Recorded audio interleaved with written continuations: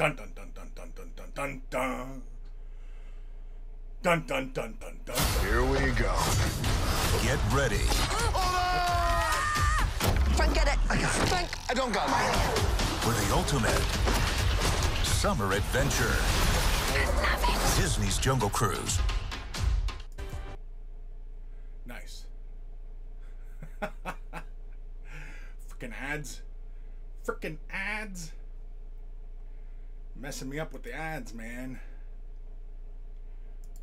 Alright, we're getting back to some painting. We're gonna get back to work on... Oh, why is that so harsh? As you can see, we got some work done on the Celestial Spear. I just gave up saying the name. And we are going to continue work. I got to fix that camera, though. That's annoying me. It's already annoying me. There's already a fly in the ointment, as it were.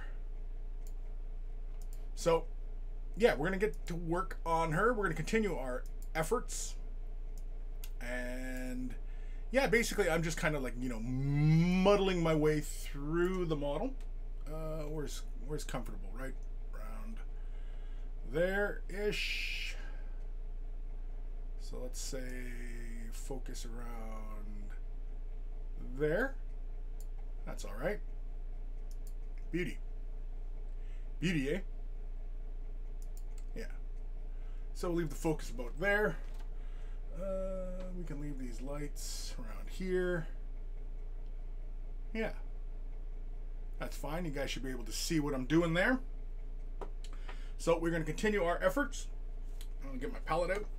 Get it ready. There we go. Paints are still somewhat hydrated. Actually, you know what? We could probably rehydrate this a little bit. To do that, I usually have a little container of water. I use a little eyedropper. And I just selectively place some water around. And that's just to rehydrate the surface and, you know, make it all nice and moist. I know some people don't like that word, moist, but that's the word we're running with. Moist. Moist. So, yeah. We got a fair amount of work done on her flesh last episode. I have not touched the model, although I was going to go through and basically kind of clean up some of the areas on her flesh. I think in hindsight, I do want to have a little bit more life in her lips, at least her bottom lip.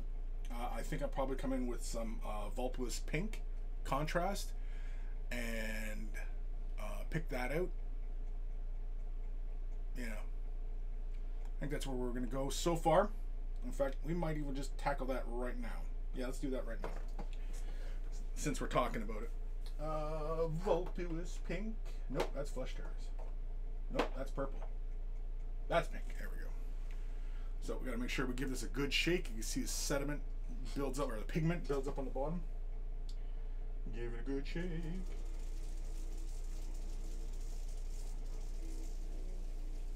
For anybody who follows me on Twitter and other socials, I posted something, also on the Discord as well. And of course, patrons right now are available to join me on Discord. As you'll see in the upper right corner, you'll see my little icon over there. That means I'm in the Discord chat, and so patrons are always available, allowed, I don't know, whatever, to join me on the Discord. We are going to slap this onto the palette so that we can thin this down just a little bit. Just a bit, not much. We'll find space. Let's find space over here. Yeah, right there. Oh yeah, we don't need that much. Jeez. Just a little bit. In fact, I'm gonna add a little bit more water to it. So I just basically grab a little bit of water into my brush. We're just going to thin this down ever so slightly.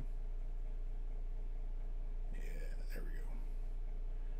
Hopefully this is not too intense, because then I have to go back over it all again. So basically all I'm looking for is to catch her bottom lip and just bring a little bit more life to that.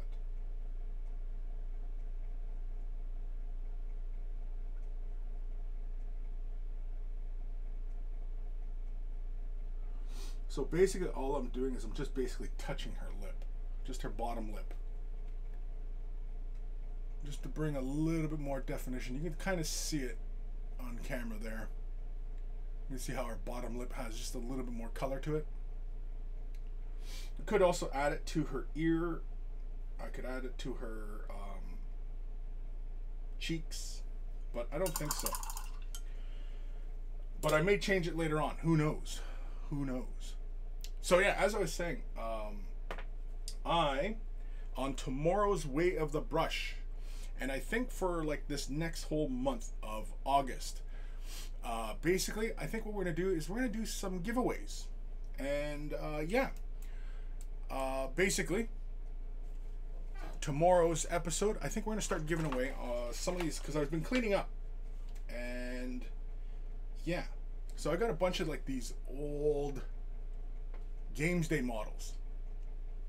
And so I think for August, we're going to just be giving away a blister every episode of Way of the Brush. For anybody who doesn't normally tune in, we're going to do giveaways. And so I've got like this old Space Wolf. Actually, I've got two of this guy. This old Space Wolf character.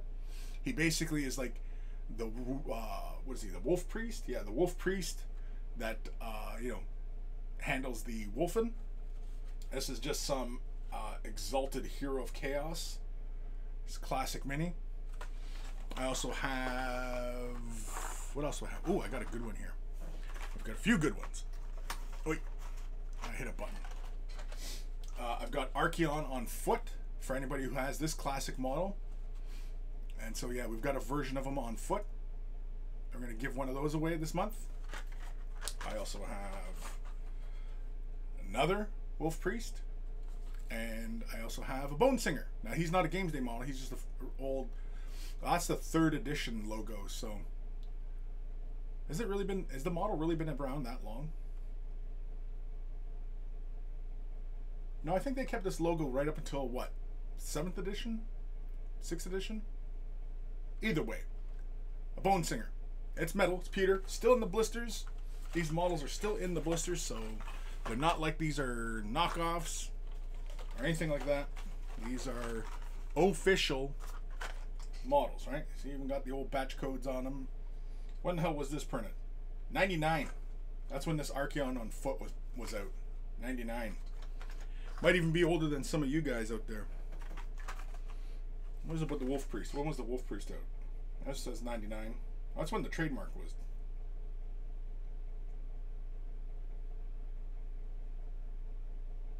Hoof. You read the old thing. Not recommended for children under 36 months due to small parts and essential pointed components. Are you kidding me? 36 months? That was the drop. That was the cutoff point for playing with pewter models. 36 months? Were they serious about that? That seems kind of hilarious to me. 36 months. Yeah, don't let your 3-year-old play with it. Oh, okay. I won't. That's kind of crazy to me. Because, I mean, normally the packages nowadays, right? Shit, I don't have anything close by. Oh, wait, yeah, I do. Here we go. This is the Amble box. And I know it. These usually say don't give to children or anything like that. Yeah, 12 plus. So now they're saying 12 plus, and then it's a picture of 0 to 3. No. So, absolutely not. Do not be giving your 3-year-old or younger access to these models. Just don't do it. Just don't do it. Holy cramoles. Alright, we're going to take a little bit more of this Vulpus pink. Put another little layer onto the lip. I think we'll concentrate just in the center of her lip. Just going to deposit just a little bit more color. Yeah, I think I like it better with the more intense color on the lip. Yeah. Yeah, yeah. All right. Kevin Cabal. Ooh, good giveaways. Yeah. So I also, because I've been talking about it on Discord as well, and I also have. Oh, screw it. I'll show you guys. Hold on. I'll go grab them. They're in my other office. Hold on. Just keep your pants on. Or off. One of the two.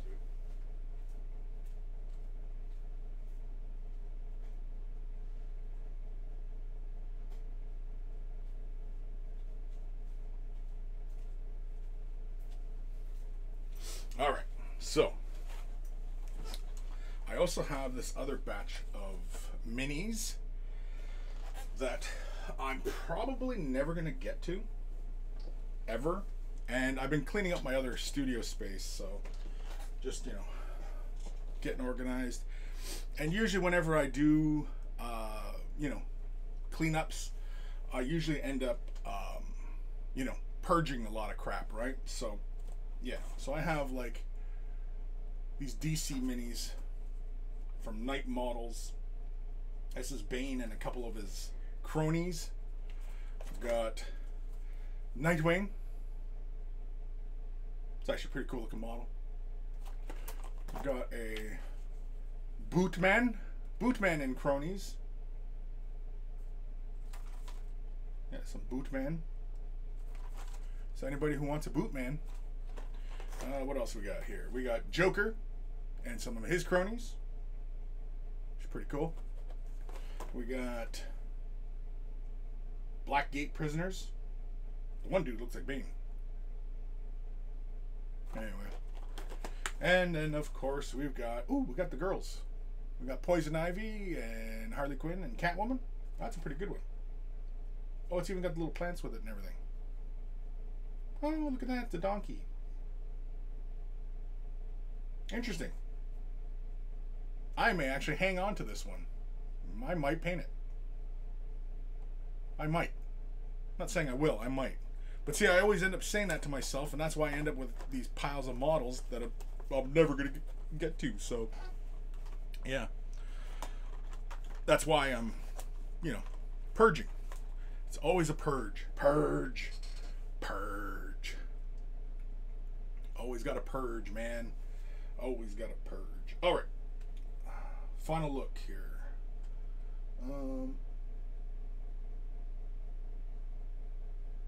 Yeah, I'm mostly okay with that. Mostly okay. At a distance, you can probably see how she looks. I like it. Because initially I was like, I took a picture of her, and I was some of the highlights are a little bit stark and kind of, you know, intense, but I roll with it. Now, the next thing to get to work on. What is the next thing to get to work on? I guess really kind of the comets, right? Like the little comet tails, like on her collar here and hanging from like the bottom of her suit. Yeah.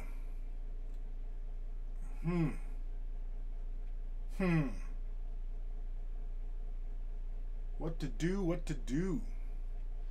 Because I wasn't 100% sure on which way I wanted to go with these. Like if I wanted to do them a color, if I wanted to leave them silver.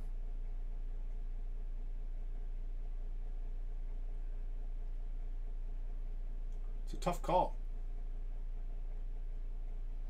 Because initially it's going to be mostly a silver and with this purple. Because there's going to be a lot of purple on the model once I get around to the cloak. And I'm thinking that I want to have blue and purple accents in the wings. And I think the weapons will go with a blue or a cyan in the swords. Or the weapons, right? Initially I was thinking of the comets being more in that line with the blues. But I was actually thinking of doing it more like a non-metallic metal where basically we just kind of do the shadows in the color, but maybe we can do the yellows in the shadows.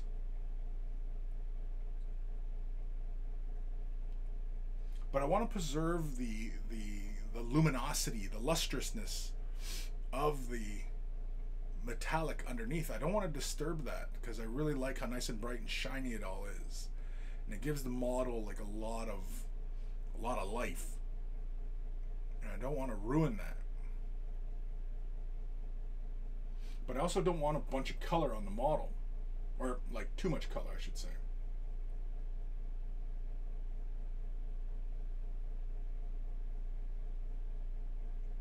Yeah, I'm hemming and hawing here, people. Hemming and hawing. I also am not sure what I want to do with these cross members on the weapons. If to do them in kind of in a gold or in a color or what have you, right? Those are also another conundrum.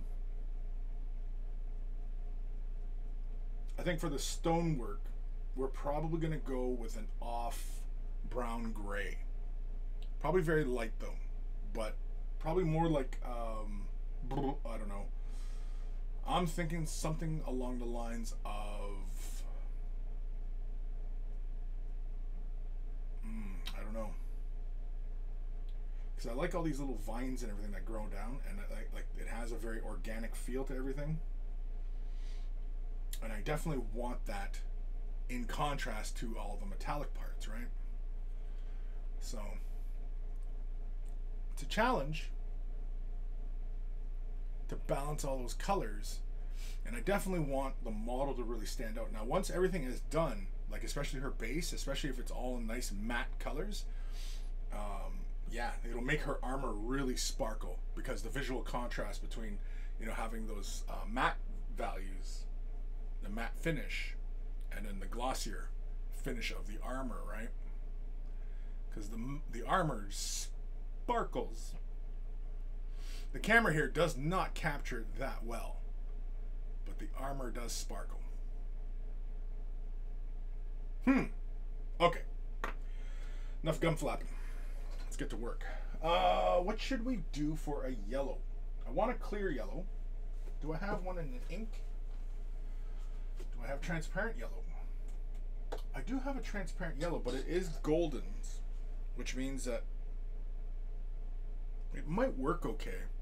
You can see the light fastness is like, it's pretty non-existent. I may give it a try. Oof. I wonder, does Pyroclast have a nice yellow? They do have a nice yellow. I also have the Pyroclast transparent yellow. In my experience, the Pyroclast stuff, very intense color. We can go with that. What else do I got?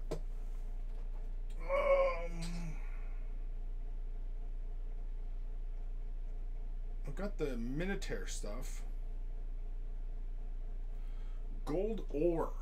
Now gold ore actually might not be too bad, so it's got a very amber quality to it, and this is designed to sit on top of a pure metallic and give you a gold value. And this is the Minotaur, like it's their ghost tints. Now in my experience working with the ghost tints, you have to seal them before, you know, laying other colors on top of it. So that's interesting. What else do I have in clears? Oh, I also have the Forge World clear. Man, so many options, right? Because we also have Sigismund. Sigismund? Is that right? Sigmund Yellow from Forge World.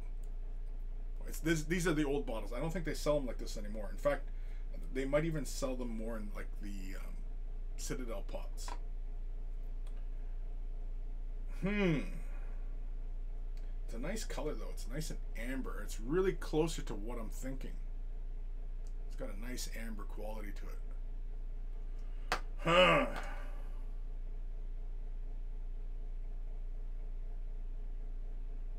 Decisions, I know. What else do I got? I also have the Tamiya yellow. I don't know if I feel like messing around with Tamiya clears though. Just because it's basically, I got to thin it a bit with alcohol. I have a sealant on the model, but I'm not sure if I really want to risk dulling my finish. I think we're going to go with the Forge Roll. We're going to go with the Forge Roll. I mean, I like Goldens. I like the Pyroclast. And I like the Minotaur. The Minotaur is a really close second just because there's so much orange in there. And I don't know if you guys were paying attention last time, but I was talking about how possibly going... Well, somebody had mentioned going from more of a orangey to a yellow. And yeah. I'm thinking. Of course, this has got more of a brown yellow to it. And I kind of like that. And I think the browner yellow might play nicer on the surfaces. Of course, I could always use this gold because this is intended to be gold ore. So it's intended to give you a bit of a gold finish. And maybe I'll try it on the cross members of the weapons. You know what, let's do that. Let's try that right now. Has this even been opened? It has not. This is a fresh Minotaur bottle. It's fresh. Fresh! I better clean that up though. Where's my blades? Didn't come off all in one go. So, as many of you know, I'm sure by now, I am a big fan of Minotaur colors. Sorry, drop something. I'm just trying not to contaminate myself here. So I think basically what I'll do is once I lay this gold down, this gold ore, I'm going to use this Metalsmith from Minotaur. I don't even know if they still sell this. It was a while ago I got this. I'm pretty sure they still have it, but yeah, we're going to use this, and we're going to do this on the weapons. Because even if it's not the same as the Sigmund Yellow, that's okay because the weapons and the armor will get slightly different treatments. So we're going to see how this looks. We're just going to give it a shot. Putting it on my mixer just to make sure it's thoroughly mixed. Always good habit just to give your bottles a really good shake before you use them. No matter what color you're using, what product line you're using. And I dropped it. And it's all over the place. Alright, so we're going to slap a little bit onto the palette. Just a bit. Let's find a spot. Let's just put it right there, I guess. Amen. Probably don't need that much. I put 2 drops down, probably don't even need that much. We're going to keep it nice and shiny. And we're going to apply this by brush. Normally these things are intended for airbrush use, but we are going to brush it on. Because we're mavericks like that.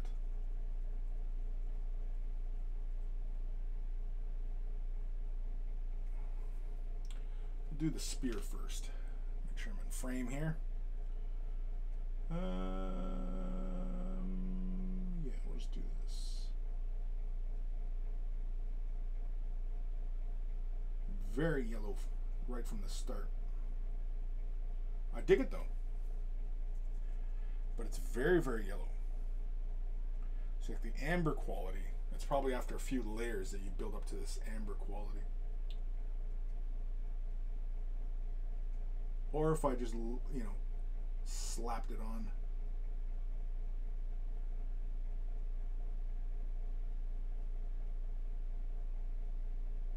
Yeah, if I put more and more layers down, it'll become more gold looking.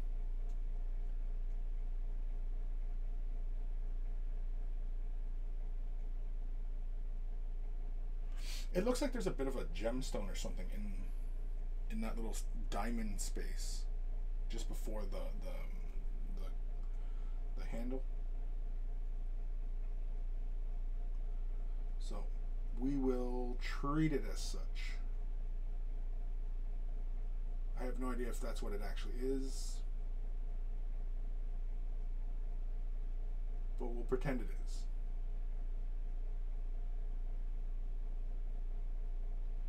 Yeah, if you put another layer down, it starts to take more of an amber quality, which I like.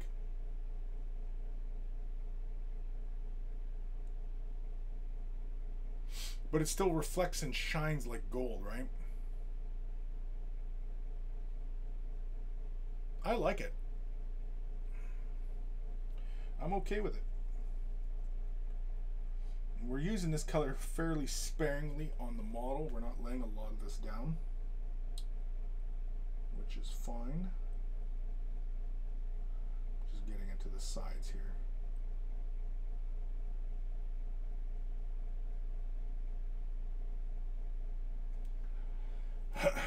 The hard part when you find something you like is not going all crazy with the color. You know what I mean? That's the hard part. You got to kind of, you know,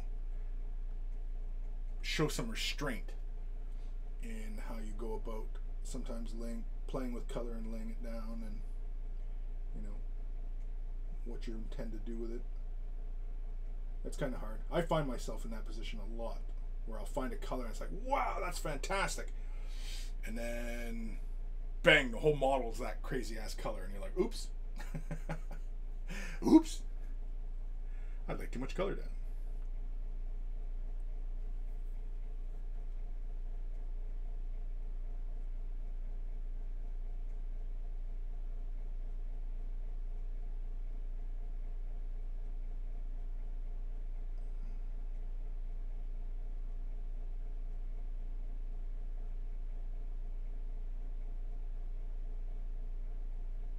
Honestly though, this is getting the job done very well.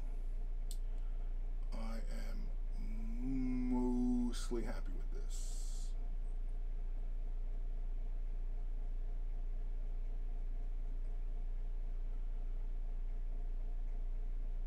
Yeah, we can push this saturation pretty far, really, because we can push it right to where it looks like this amber color, right? Oop.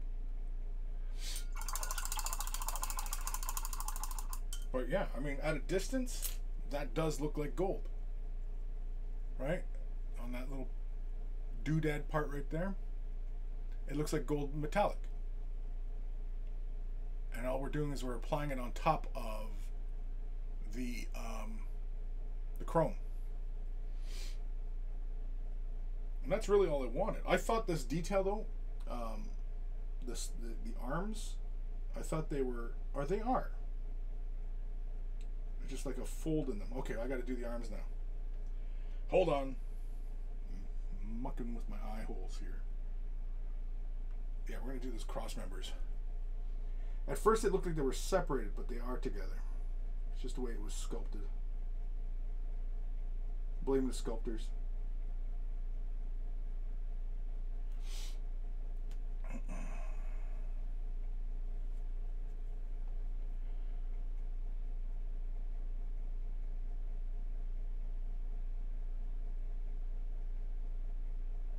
That's a lot of fun.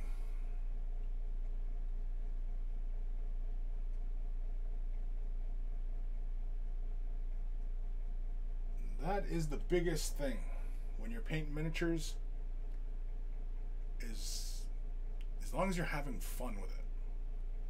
And so far this model has been a lot of fun, despite, you know, the early annoyances of assembling it. Because there was some points there where I was really annoyed with how this was going together. But right now, I'm enjoying it. And that can help you in big ways, because basically it spurs you on to get the model done. And I'm sure some of you, like me, struggle sometimes getting these models done, because you just kind of lose interest, and you know, you're just like, oh, I gotta do this, I gotta do that. It's such a chore, and it starts to feel like a chore, and you know, you kind of get annoyed by it. Yeah, I like that, and it gives you the impression of gold. I mean, it's not like we slapped a gold paint on that, but yeah, it has the impression of being gold. Now I'm kind of curious to see how the Sigmund looks when I do the comets, because I really don't want the comets to be really, really, you know, intense yellow. because that's going to really kind of conflict a lot with the purple tones. And the purple tones, like even on our armor, are very subtle. Like, I don't even know, like, again, like you guys can barely see the purple tones in the scales, but they're there. And yeah, no, I like it. I'm okay with that. And it's fast, it's direct. If I really feel it necessary to kind of slap some highlights onto it, we still can. We can still come in with a light metallic. And in fact, Scale 75 has a really great metallic that I like to use on top of like even chrome like this, where basically it's like almost like a white metallic color. And I just do some of the edges, just catch just corners, just so that they're always intense, despite, you know, when you're like when we do like the 360 spinny view of the model, it'll still have those bright edges. I like to do that when I'm playing around with these colors, which is not too often, although it's pretty often these days, but it's usually not too often. All right, we're gonna do the sword. Yeah, it's like little crystals in there. Interesting.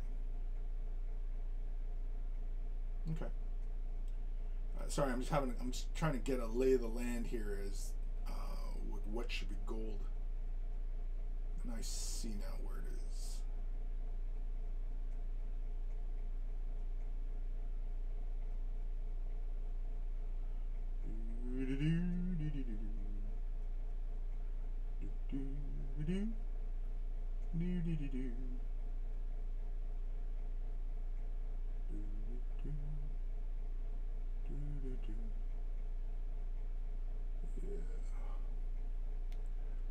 So we're just starting to slap some gold down.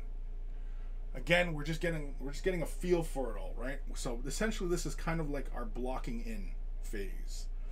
And you know, like I mentioned earlier, I tend to just kind of jump all over the model and you know, pick out areas that are interesting, or you know, I figure I should get to now before we start laying in, you know, other colors and, you know, things of that nature. It's just my process. Some of you obviously will work with a different process. I know there's many painters out there who will start like the feet and then work the whole way up a model, and you know, I've never worked that way myself, but you know, that doesn't mean that, you know, you can't do that. By all means, you know, paint your models however you like, whatever way is comfortable for you. There really is not a lot of right or wrong ways to go about, you know, painting these things. It's not rocket science. I know a lot of times a lot of people like to treat this like it is rocket science, and you know, it's not. It's not. It's just putting paint on a mini. For God's sakes, people. It's just paint on a mini. Let's get a grip. Let's get a grip. For God's sakes, people, let's get a grip. Probably didn't have to do that ring. And because I'm looking at it now, I think I'll probably continue on with the scroll as well. Just because I'm looking at it and it's annoying me that it's still half-assed done.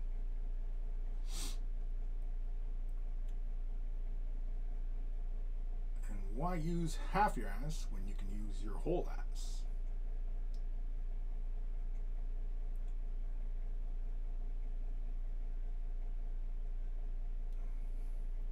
Maybe that's what I should change the name to the painting. Half-ass painting. Half-assing your way to success. I think it would be good. A lot of people would be like, hey, yeah, let's half-ass our way through this. Yeah, see, I'm already liking the gold.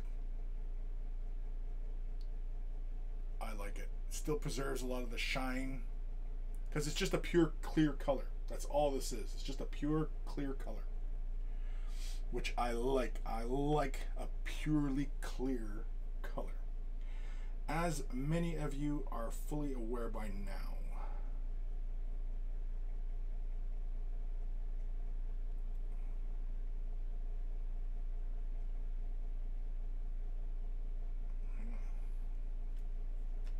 because even if we feel like it, we can still push these tones deeper. We can go further. We have the technology.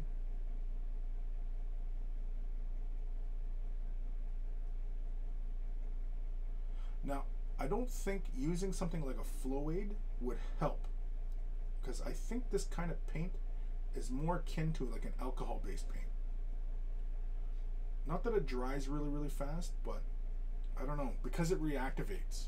Because like I said, when you use Minotaur, in my experience, you always have to seal it afterwards if you intend to lay more color down on it, because it just tends to, if you put another color on top of it, it just seems to like reactivate, and you know, can kind of be a bit of a problem if you didn't know about that, which is why for many years now I've recommended that to many painters out there, that you know, you should seal after using this stuff.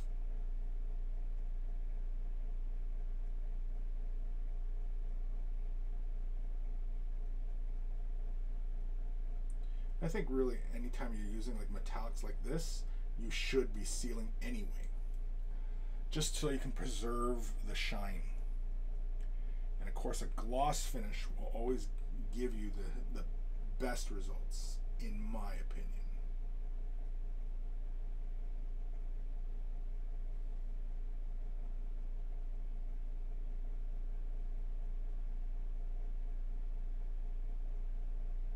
Yeah, that feels like gold, does it not? Does not look like gold?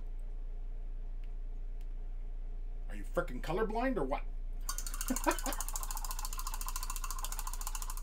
And despite it having like a really kind of amber hue to it, it doesn't really translate onto the surface, does it? I mean, I guess it's kind of hard to tell on camera, but to my eye, I do not see the orange quality in it that it obviously has, right? I'm wondering if that has to do with like how you're looking at it, I suppose.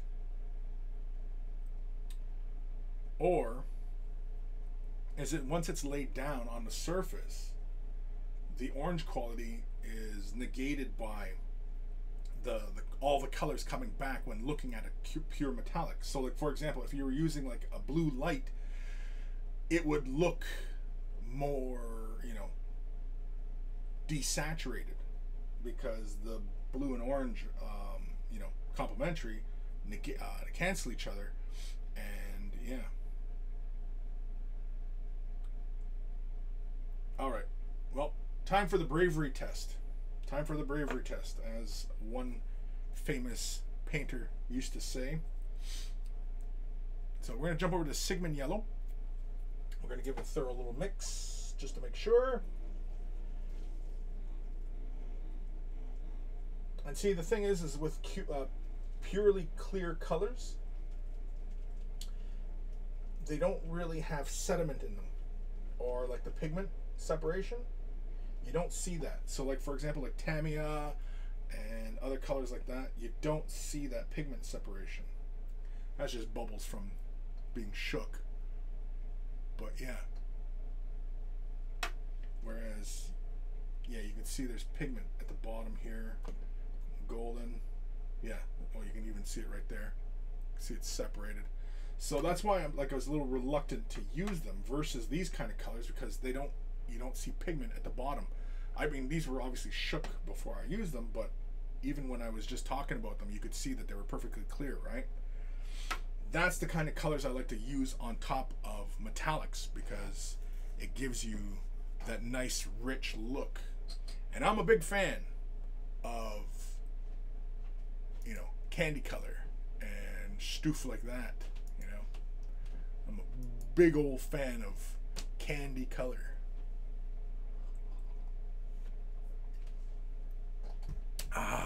Sorry, I was taking a sip of my coffee. All right, bravery test. We're gonna slap some Sigmund Yellows. Is it Sigismund? That's confusing to say. Sigismund? Come on, people. All right, Yeah, it's been a while since I used this color. Take a nice dose. Yeah, see, this has got a lot more. I'm gonna grab lots here. Yeah, that's got way more of a brown quality to it. You can see it side by side. It does not have that same amber quality. That looks more orange, whereas that looks closer to like a brown yellow, and that looks more like Imperial Fist yellows, right? So, where should we test it out? Tails on the pantaloons or up on the collar? Let's do it on the collar. Because again, I'm not 100% sure I want color on these parts. Now with these colors, with the Forge World ones, I'm pretty sure these are water soluble, but I could be wrong. Grab a little bit of water. I got a little puddle over here. Let's thin it down. There's still lots of little bubbles in it from the shake, from the vertex. Yeah, see, it's a way different. In fact, I may lay this down first and then use a little bit of this, or I might jump over to the Citadel. Is there a clear orange? I think there's a red, isn't there? It's the Angron red. Anyway, let's lay this down right on the comets, or the comet tails, I should say. Initially, I was going to just go with like laying it in the shadows, but I think I'm going to lay it over the entirety. Oh, here we go. Oh, I'm scared. Oh. Now, mind you, I thinned this out with a little bit of water, and honestly, it's very subtle, but I'm okay with that. I'd rather build up to my desired result rather than just hammering it right on. Instead of just ramming it home, you know, early on. You inch it in like a gentleman.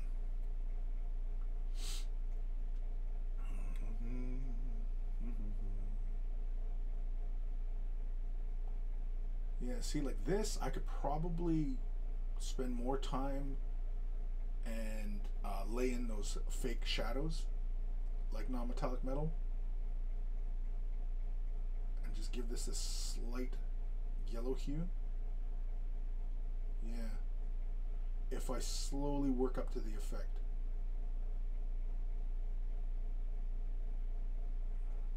But it stays nice and clear. Oh, the hint of the yellow is there, but it's not that intense. I don't know if you guys can see it, because I don't want it to look the same as the swords. Mind you, the swords could still change. You know what? I am okay with that, actually. I think we're going to stay with that. We're going to stay with that yellow for the comets. Just grab a little bit more color. I'm going to slowly work our way up.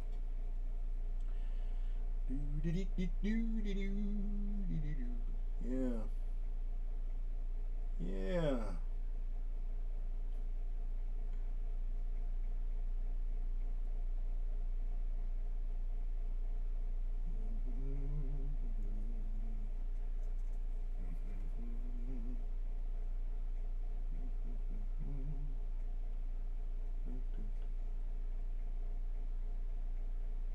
Yeah, you know what?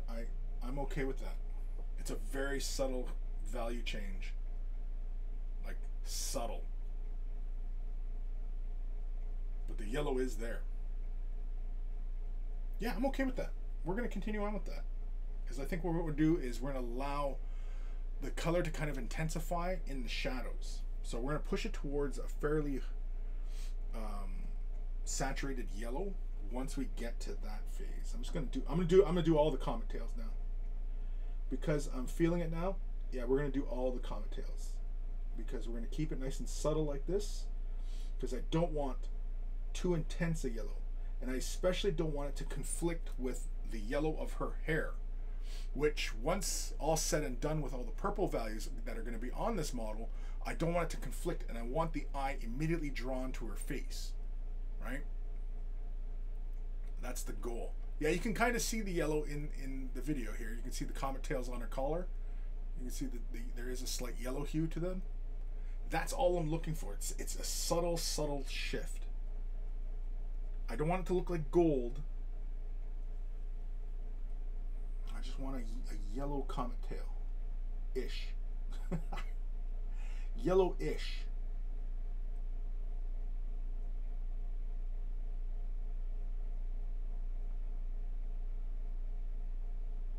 And because it's a perfectly clear color, it is not going to interfere with the luster of the metallic,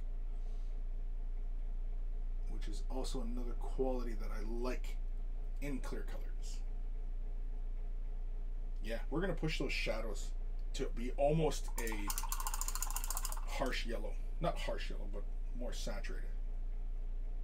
Just to help with the contrast, because see, like the actual ambient lighting, how light plays on that surface creates all the really high points, right? And, you know, it doesn't really take much to shift those values around.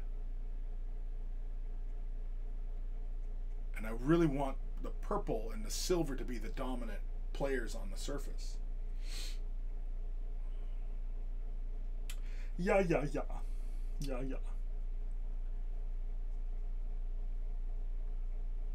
Yeah, we're gonna play with this color for a bit, because I'm having fun, and fun is fun.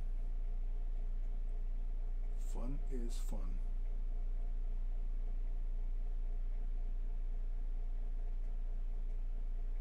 We've got a little purple on that piece there. Oops. Oh well. If it really bothers me, we can always reapply some chrome onto that surface. And yeah, you can use the chrome paint I used from the airbrush. You can use right with the brush and just touch up spots and stuff like that. Oh, I got Dune behind the tails. Can we get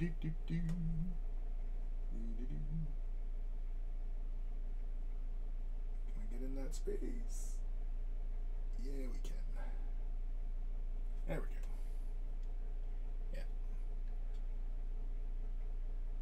Yeah, I like that subtle shift like that.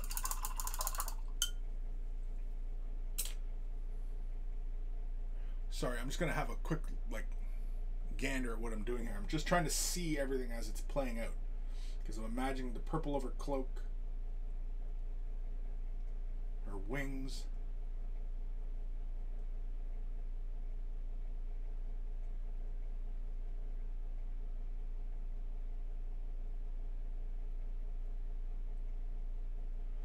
Maybe we'll push the intensity towards the base of the column of the tails, the comet tails. It'll go more silver at the ends, or look more silver at the ends, but look a little stronger yellow towards the base. I think that's what we'll do. I can't remember who suggested it, but somebody suggested it. Creating a gradient yellow to orange kind of thing.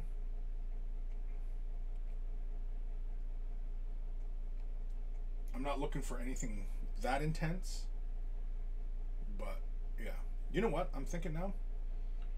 What if we do it like we do like swords, where when we're doing the non-metallic metal, basically one facet ends up going darker on one end, and then the other facet ends up darker? What if we do that like on the comet tails? Treat them like sword blades.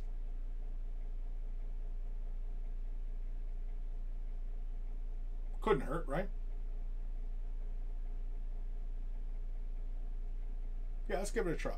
Let's give it a try. I was trying to say shot or try. Try.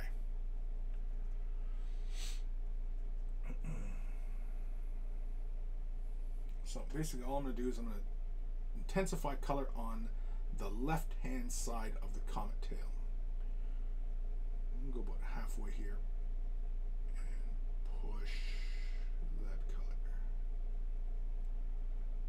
This side, halfway down, and push the color. So basically all we're doing is we're just glazing with this color. And we're intensifying the color as we push each layer. Excuse me. Yeah, I think so. I think that's the way to go. Is we'll do kind of a non-metallic metal. Yeah. Yeah. Just for visual interest. just to keep it interesting. Because we don't want the chrome to do all the work. We can help the chrome out just a little bit. The effect of the chrome. So on the other side of the tail, I'm going to push the color downwards towards the point. So I'm going to go about halfway. Can you guys see what I'm doing? Yeah, you can kind of see what I'm doing. Yeah, about halfway. I'm going to intensify color.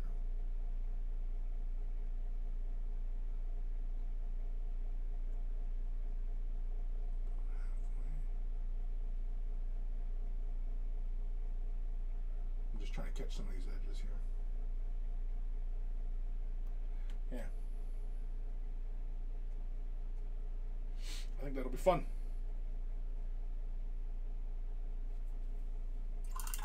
I think we're going to stick with those two tails though on her waist for the moment. Now I'm thinking that I might, for the comet orbs themselves, I think I might use opaque colors and do a gem effect in those.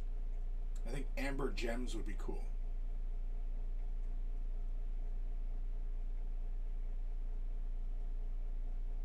Or like a dark yellow. More like an amber, right? Where it kind of has that brown yellow quality to it.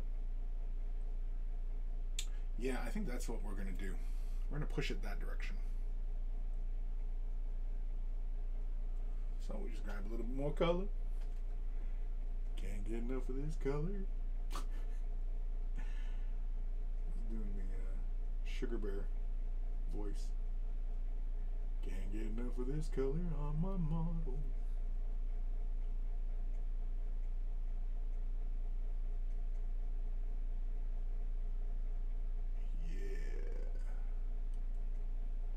Yeah.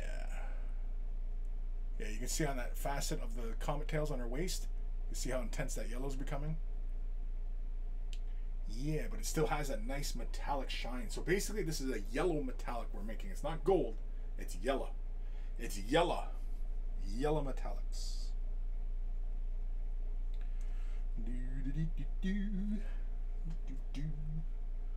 So we're going to push more color on this side of the facet.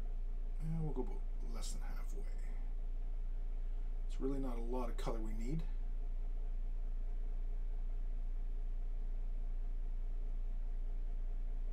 And again, because we glaze, we're always pushing the color where we want it to build it and intensify.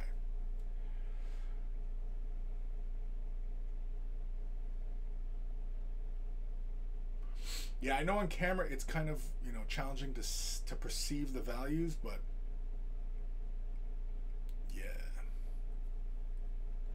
yeah, I like it. Yeah, I'm not gonna lie, I'm digging it now. Like I like the deeper purple going on in the scales of the armor, right? But with the yellow in there, it just kind of intensifies. It helps separate. It creates little visual boundaries. Yep, I'm digging it. I'm having fun. I don't know about you, but I'm having fun. If you're not having fun, well, that's too bad. I don't know what to tell you.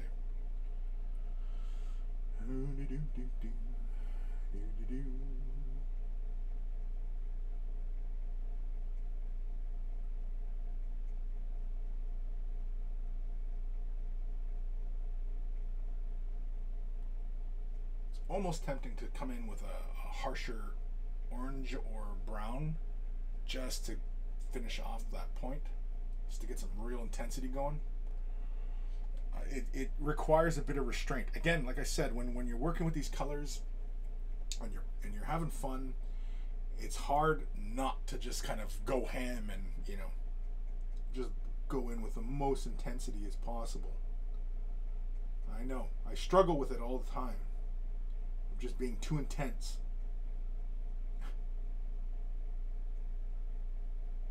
And they say, Chris, but you're so intense. I said, I can't help it. Sometimes I'm just too intense. It's my nature. Yeah, that's fun. I like that. It has the quality of being yellow. To the eye, it looks like yellow, but without being gold.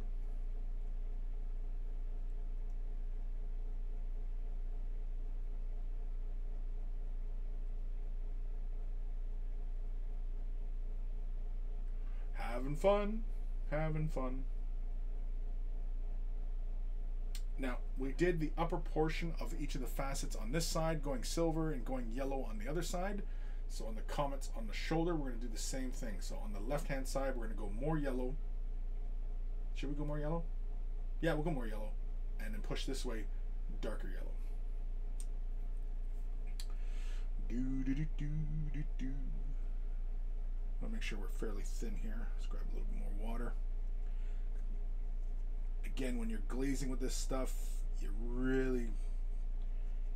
got to take your time. Take your time. Slowly work up to the effect. Don't just, hammer it home. Anyway.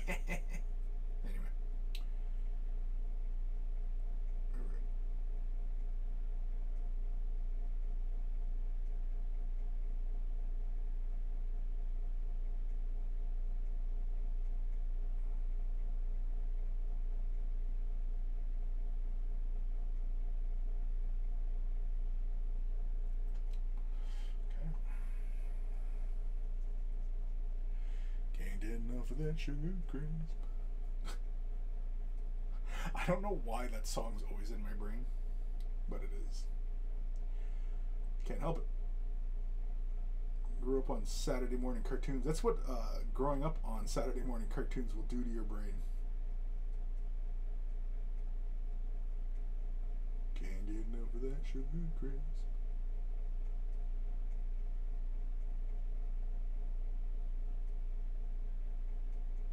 Yeah, we're going to push that really intense. Yeah. Like, are you guys seeing this? Are you seeing what I'm seeing? For God's sakes, people, are you seeing what I'm seeing? She's coming together, man. She's coming together. And we're having fun. Well, I'm having fun. I don't care if you're having fun. I'm not your dad.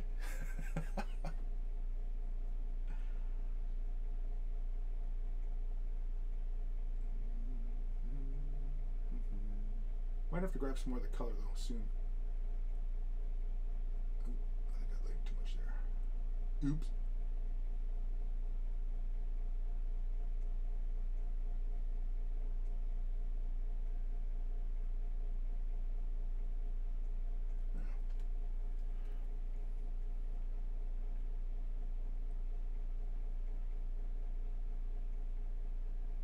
I am liking it though. Non-metallic metal effects on metallics is very, very fun. It just gives you a very interesting look. I'm a big fan of it. Again, it's kind of that, have your cake and eat it too kind of thing. Basically, just, you want that lustrousness of the metallic, but you don't want to, lose any of that visibility when you're viewing the model. We're talking in person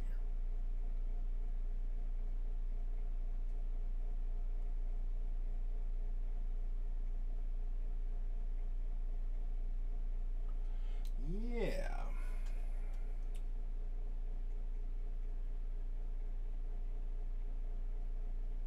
See how the comet tail on her shoulder, you can really start to see the yellow now, right? And that's only on that one side of the comet tail, because when you go to the other side, it's not as intense. Because we're pushing the color darker towards the tips on the underside. Again, it's an aesthetics choice. We could have just as easily built the color intensity towards the tails on the shoulder, but just for consistency's sake, we're going color on the left and color up, color down on the right. Does that make sense? I'm gonna grab some more of the Sigismund. Fucking hell. Silly ass names. Got just another little dollop. Okay, I lied. Big dollop. Because we still have the big comets to do.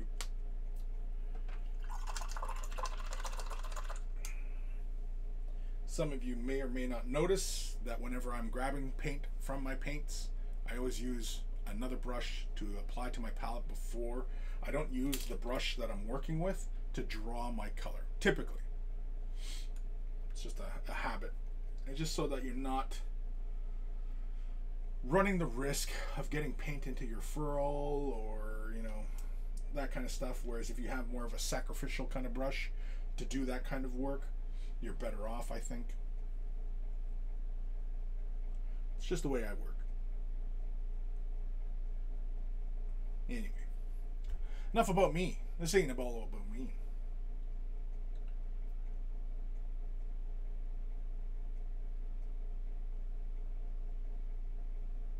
Now this time we are pushing more intense color on this underside towards the points. Trying to get those spaces carefully, but it's kind of tricky. Not gonna lie, it's kind of tricky.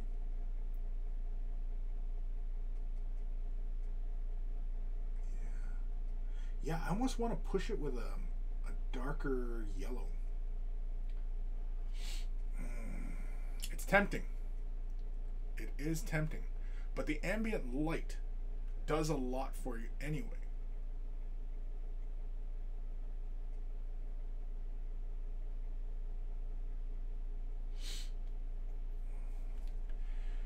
You know how you're really getting into a model? It's when, as you're working on it, you're getting excited about seeing the end result. And that's how you know that you're on a path that you are going to have fun with. Is when you can imagine the end and what it's going to all look like, and you can see it.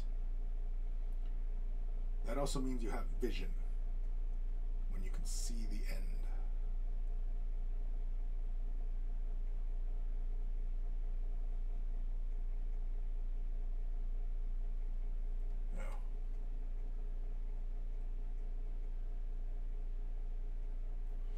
Yeah, me likey.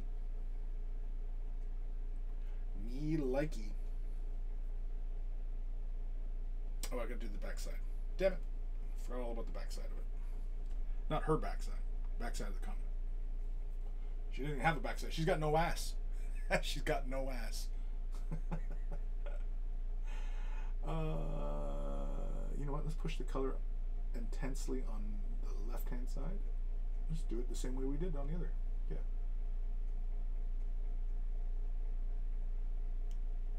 This side, we'll push it downwards.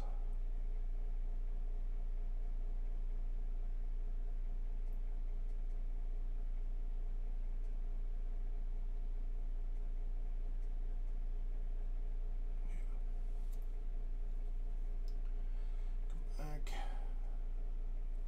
You guys can see what I'm doing? Yeah, you guys can see.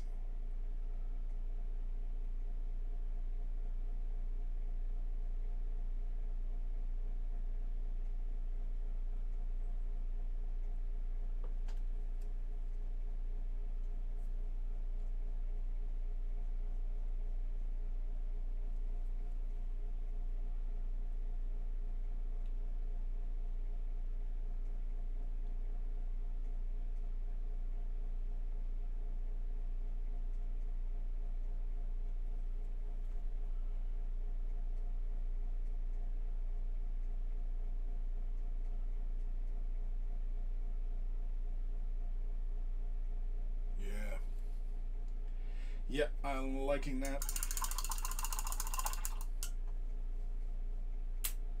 And like we get a really interesting result with like a minimal amount of work. There's not a lot of work we're putting into this. And yet we're getting a very visually striking appearance. What should that little circle thing be above her head? Should it be a yellow? I don't know. Something to ponder, I suppose. Yeah, I'm liking the comet tails being a yellow like that, though. I am digging it, digging it, digging it. let's carry on. Oh, excuse me. I burped. Apologies. Oh wait, I gotta thin this down because we're slowly building up. Yeah, there we go. That's nice and thin. All right. So on the left-hand side, we're color up. Right-hand side, color down. All right, let's go. Let's do this.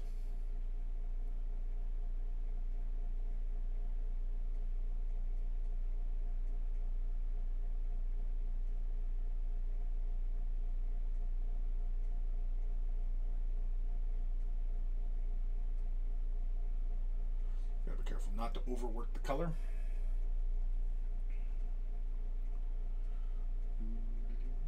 Let's start a little lower here.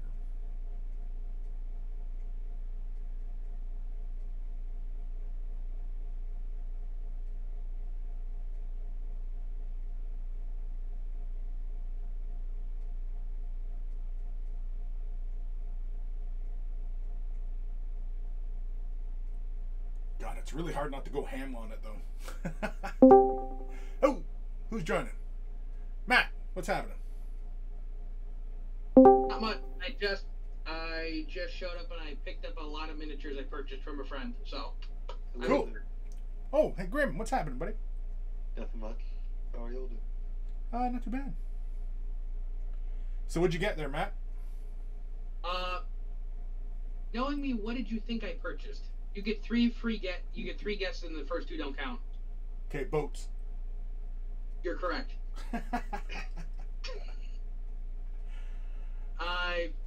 So one of the guys up here, he purchased a lot of the 15mm models, but he recently just bought a house and he's like, I don't have room for them, and I'm probably not going to be able to use them, so I'll sell them to you. And I'm like, cool. Good deal. So now I have a set of islands, I have a set of ports. What game? And I got sail power. Sail power? Okay. Sail power.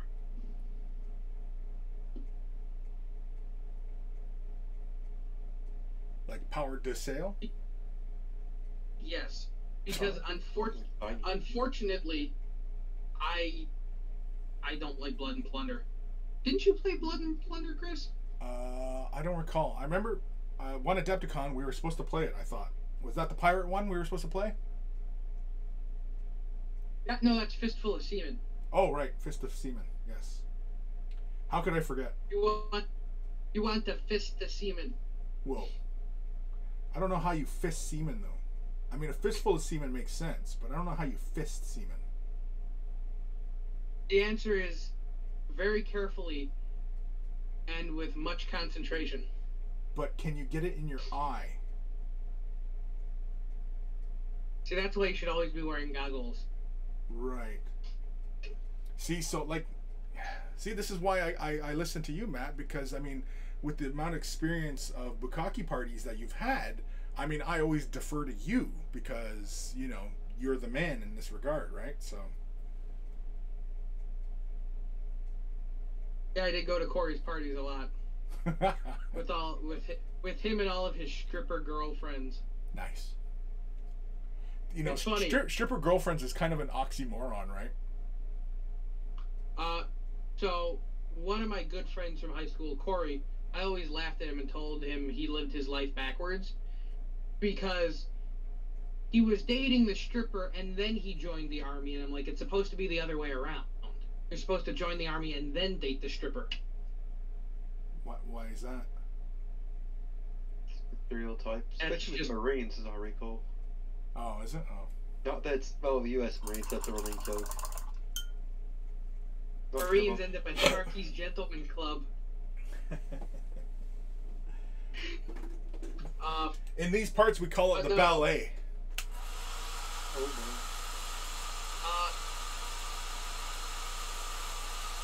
That reminds me of there's a place I always drive past in Michigan. It's called like the Velvet Palace, but I never see anyone at the strip club. I am convinced it's like a money laundering operation for the mob because I never see anyone at the strip club. It's always open, but there's never anyone there. Did you go in? No. Well, you They gotta just go in. take taxis because they don't want their car seen? Yeah. Yeah, like they take a taxi and because they've got wives and whatever, and then they don't want to get pinched, right? I always figured there has to be like one lonely truck driver to pull off. My other favorite thing is where the apartment is in Florida. Down the street, there used to be 3 different strip clubs. You had Pure Gold. There was something Platinum, and then it was Diamond. And Pure Gold was 18 plus. Platinum was 21 plus, and then whatever Diamond was XXX. Nice. And it was always funny because they opened at like 8 a.m. and they had a breakfast buffet, and I'm like, who the fuck goes to a XXX strip club at like 8 o'clock in the morning for a breakfast? Yeah, I don't know. I've encountered that one myself as well. I don't know who's eating at strip clubs. I honestly do not see the appeal of it, but to each their own, I suppose.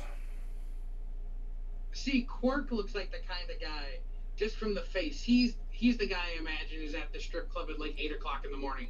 He might be. You know, when I joined the stream to chat with you all, this is not the conversation I expected. Grim, that was your first mistake, Grim. I was honestly expecting boats or something, not strip club conversation. Can't we talk about Warhammer? No, I'm just like, I was gonna talk about the nice colors and the strip clubs came up. I know. How did we go from boats and strip clubs? Boats and hoes. The fistful of sea is common. Oh, right. Actually, Rob, I will tell you. If you want to talk about Warhammer, we can talk about Warhammer. So I had an idea for a model. You know the Dark Angels, the big land speeder. I think it's called like the Dark Shroud. Yep. So I had an idea that I stole from someone else at the game store. Take Commander Farsight, because Commander Farsight, he has his hand out in like the DJ pose, and the Dark Shroud just looks like it has giant speakers and a turntable on it.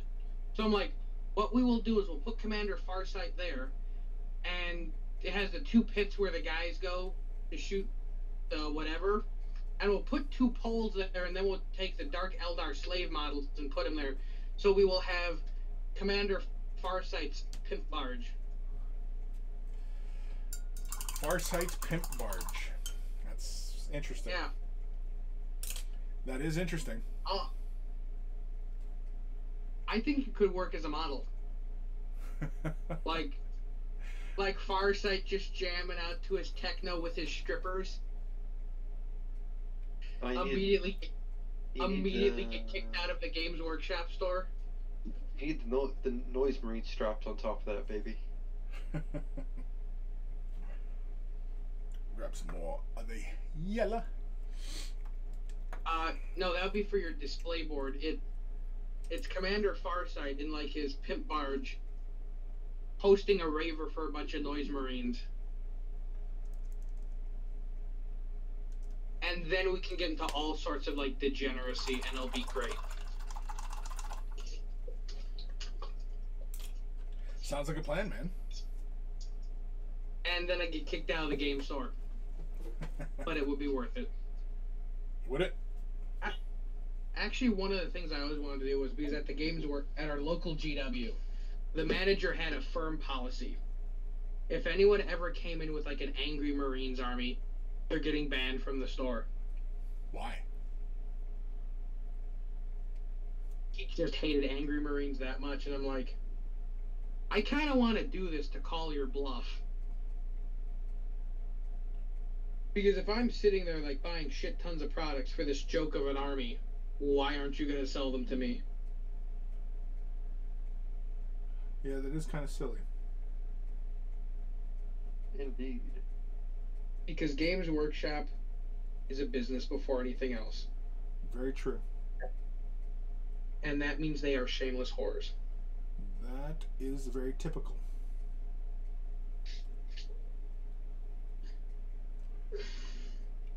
I mean, you can't fault business for being business, right? It's nature of the beast. I remember they were like complaining that Games Workshop made like an unethical business decision, and I'm like, well, there's your first problem. You expected the big business to be ethical, and that was your first mistake. Correct.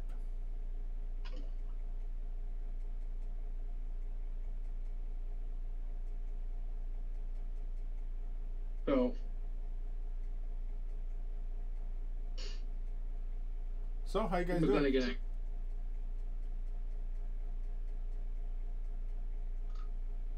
Rob, that's your question. I already answered how I'm doing. Doing all right. Had pleasant lunch with family, and well, it's not raining, so it's a nice day in Florida. Rain comes later, I suspect. See, I'm happy it finally rained up here, so it cooled off. It's no longer like 95. Yeah, it's kind of warm. It's been 90, so 33 degrees Celsius the entire week for me. The rain does cool off a bit, but also then immediately brings the humidity skyrocketing. Well, it is Florida. Yep. So it's a mix. Yes. Yeah, it's Florida. You take a shower on Monday, and by Sunday you're still not dry. Kind of.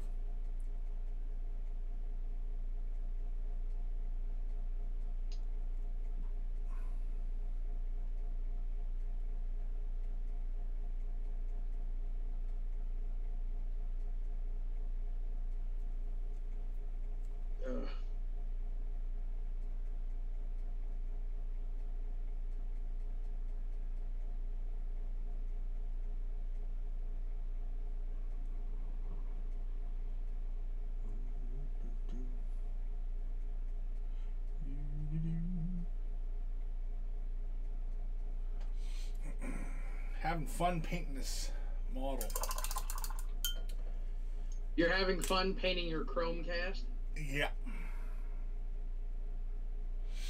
I don't know if you're watching the stream, but I am laying yellow on top of the chrome for the comet tails using Forge World Clear Yellow. And I'm digging the effect. Basically going about it in a non-metallic metal fashion. So if you ever see like swords, you know how they have like a bright end at one end and it gets darker, and on the other side of the facet it gets, you know, brighter and darker at the top, kind of thing, right? Well, I'm doing that for the comet tails, but in a yellow, clear yellow. And yeah, it's subtle. It's not a huge, it's not like if I slap yellow paint down on and just be really yellow. It almost has a goldish quality to it, which I'm fine, but it definitely reads more yellow. Because I used Minotaur's Metalsmith, what is this? Gold ore. I used that on the crossguards on the weapons, on the handles. And yeah, it gives me a much different look than the yellow I'm getting on the comet tails, which I'm liking. Here's a very important question. Did you ever find your bottle of medium? No. I think my Alzheimer kicked in, and I think I used it all up. So yeah, I thought I had it, but apparently I didn't. So that's the only explanation. That's the only explanation, because I'm the only arsehole in this area. So like nobody else comes in my office, so you know. See, yeah. now I just imagine like old man Chris. He gets out of the house. He's now wandering the neighborhood. He's telling people someone wiped his butt and asking for ice cream. You know, I should try that. I'm a little bit young for that level of senility, but I should try it. We'll give you a walker. They'll believe it. I've got a neighbor. He cruises around on his little, like, you know, little what are those little rascals or whatever the hell they're called. And yeah, I'm a little bit young for that, but you never know. See, I thought for a second you were going to say, I'm a little bit jealous. No. Although, here I am using my legs like a sucker, but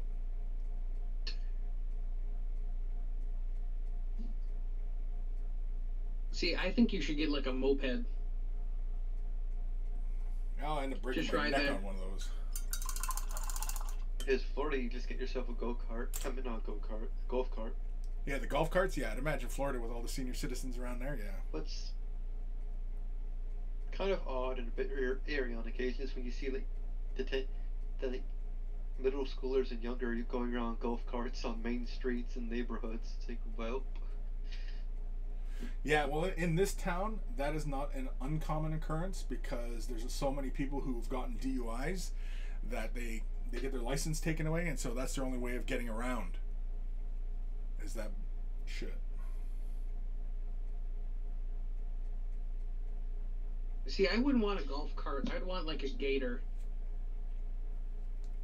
Like an alligator? No, haven't you ever seen the John Deere Gators? No. It's essentially a two-person ATV with a bed in the back.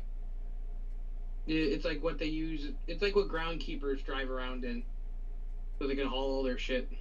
Oh, that sounds fun. We had one at school, and I actually was able to drive it around the field. It's great. It's super fun. okay, I thought you were about to say you borrowed it and when no one was paying attention.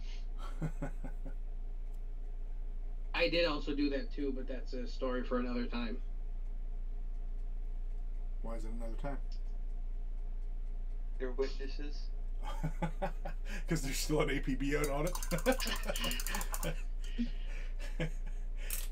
fucking Crime Stopper ads. You see, we're the one who stole the golden cow.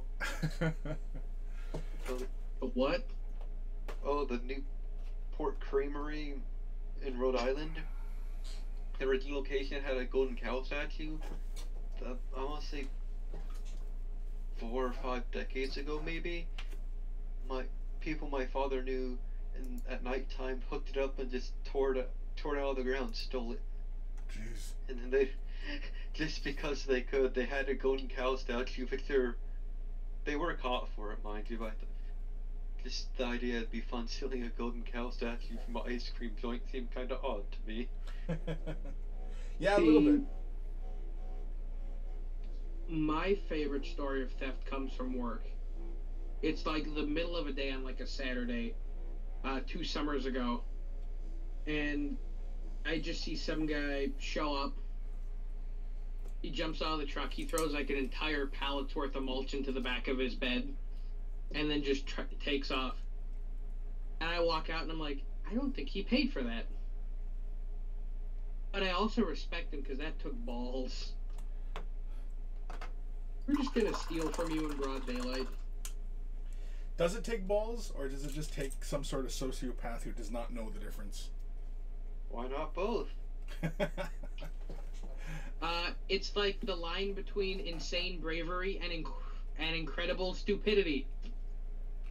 The line is somewhere. Somewhere? We just can't tell where yet. Okay. For everybody watching. And busted out the, what is it? Pyroclast Orange. I knew there was an orange. It's a clear color. It just looks frothy because it was on the mixer. But yeah, we're going to bust out that, thin it down, and we're going to glaze in just a teensy bit of orange at the bases of each of the little areas, just for some fun. See, Rob, you and I need to give more to him on Patreon so he can afford better production value. So it can be like the joys of painting. When he says the color, the name of the color just appears on screen.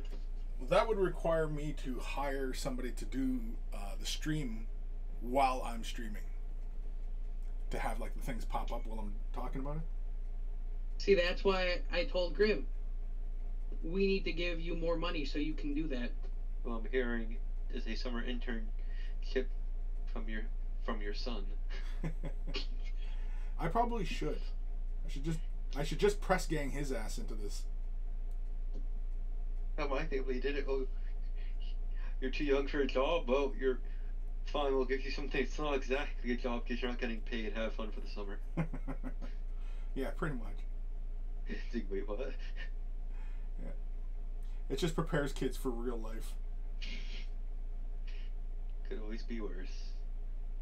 Remember one summer my mom had to make bows by hand for her father's store.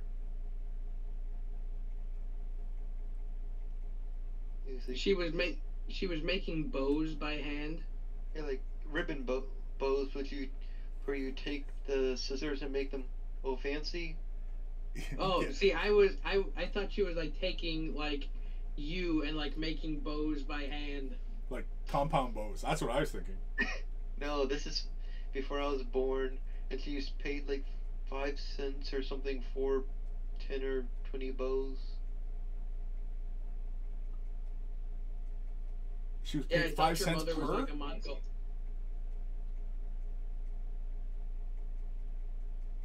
Yeah, 5 cents to her. This was back in the 60s? Maybe early 70s. For a second there, I thought your mother was like a Mongolian, like hand making bows so people could like ride across the plains. There's not much of a market for that in Florida. Shooting Bow hunting gators. crocodiles, I guess. Bow hunting boars and gators is a dangerous proposition, friend. Mostly Actually, boar. I knew a couple people who used to bow hunt boars, or they used to hunt with knives and dogs, and I'm like, You can still do that in areas of Florida. Just it's not what people But for necessarily me- think of. but for me, I'm like, we have a thing called rifles now. It makes the boar hunting a lot easier. Less deadly too. But it's not as manly. That's the point. But see, Chris, I would argue if you're gonna hunt boars in the manliest fashion, you have to go to India and you have to hunt them with lances on horseback. There we go. For a second, I thought you were about to say with your bare hands. It's like that's a losing proposition. I don't believe you could kill a boar with your hands. Just saying. So what you have to do is You could strangle it. you ride up alongside the boar on your horse, then you jump from your horse onto the boar, and then you throttle it. You start punching the boar, hoping he'll get a concussion before it eats you.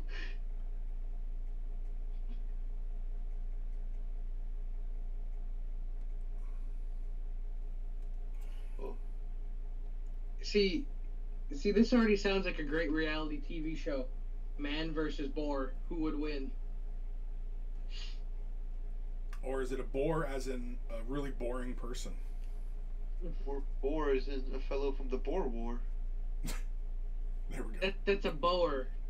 Bower? That's a boer. I A know. boer. And they're white South Africans. I know. I did a paper on them about them in college. You know what? I think this could work. Like, because isn't Elon Musk South African? I think his father was. I'm not sure if he is. Because if you want me to fight a boer, I think I can take Elon Musk in a fist fight. Is that where we're going? Is this where we're going? I could take Elon Musk in a fist fight? Well, didn't see that coming, but okay, I guess. We went from strippers to Listen. Elon Musk, hand fighting Elon Musk. Listen, all I'm saying is, if I fought Jeff Bezos, he would go down fast and hard. Now, when you say go down, do you mean go down?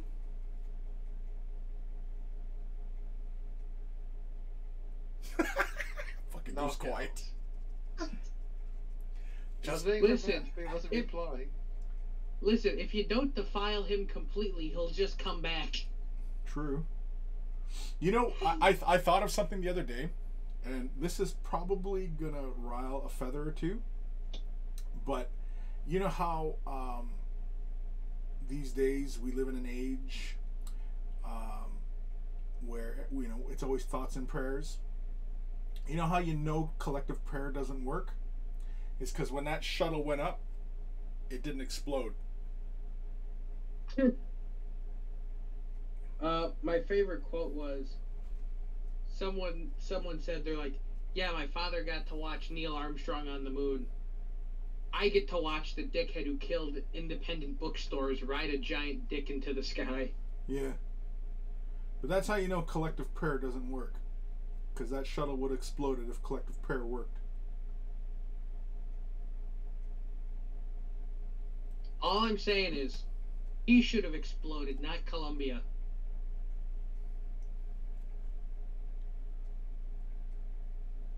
I think what Columbia exploded, right? I don't think it exploded. I think it burnt up on reentry. One of them burnt up on reentry. Challenger exploded on liftoff. Challenger was when I was a kid. We watched that shit live. That explains a lot. Explains about what? the trauma, the childhood traumas? Yeah. Yeah, it does. It's about, it's not wrong, I guess. Well, cause See, like, I just imagine little Chris, like just watching, like, holy shit. But yeah. For some reason, I imagine like 8-year-old Chris still has the full mustache. Nope. This mustache was like late in life, man. I couldn't grow a mustache. Man, it wasn't until like my late 20s that I could actually start to actually grow something of a semblance of facial hair.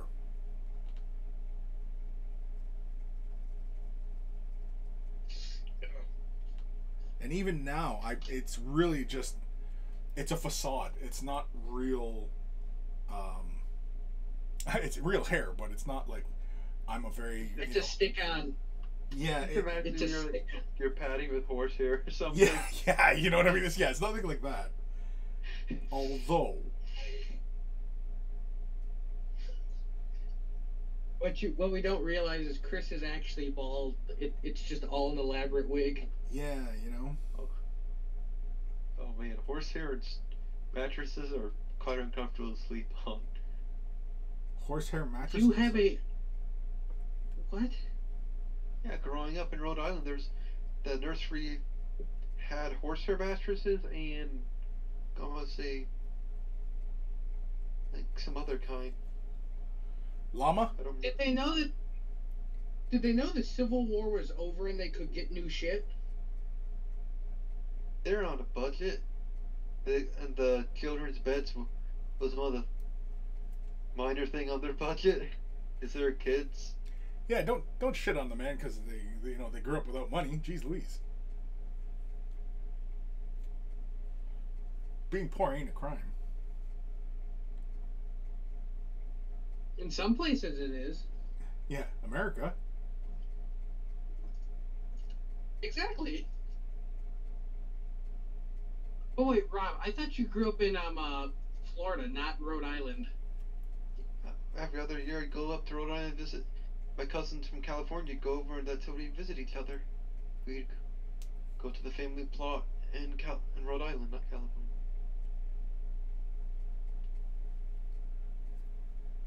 It's not as big as it once was, but it's still there.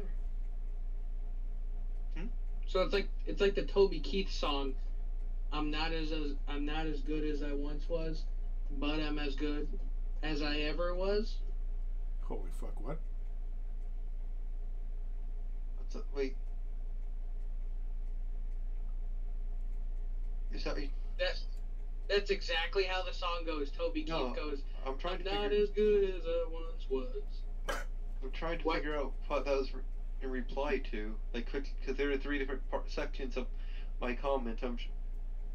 I were being very clear. You're like, it's not as big as it once was. So I'm like, yeah, it's not as good as I once was. That's true. But I'm as good. Matt, are you fucking drunk? Was. Matt? What? Are you drunk? He's just mad. I hope not. I'm driving on the expressway. Jesus. Hasn't stopped people in the past. Wait, why are you talking to us on the expressway? Yeah, what the fuck, dude? Because I got hands-free driving. I could talk to you anywhere. I guess.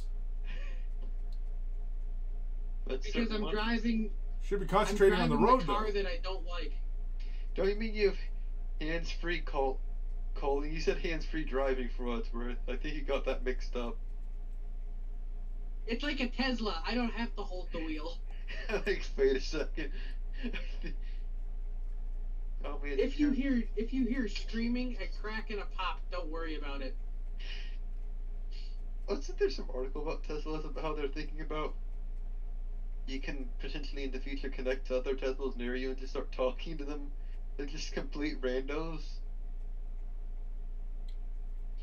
I know supposedly on the new Teslas, because they have the computer, you can play The Witcher 3. So your passengers can play The Witcher 3. The only thing I can think of when it came to my comment about Teslas is the top comment, which I thought was hilarious, is, "Oh man, traffic jams are be like a Call of Duty game now. This can't go poorly at all."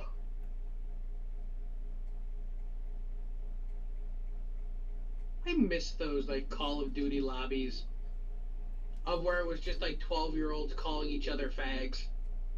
Oh, I'm sorry, we're now banned from Twitch. What do you mean we? Actually, It's I think me. according to the policy, if anyone on the strike, yeah. See, what have you done, Matt? You had one job. Actually, you had several. I've had several jobs. All of them have been slightly disappointing.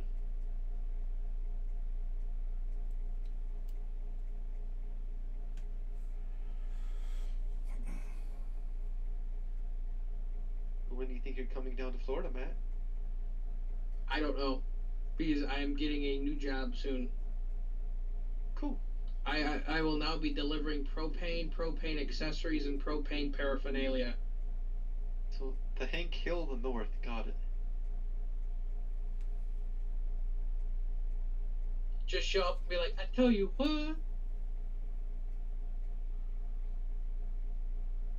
Yeah, it's gonna be interesting. They're like, yeah, your delivery zone is Englewood, and I'm like, Ooh.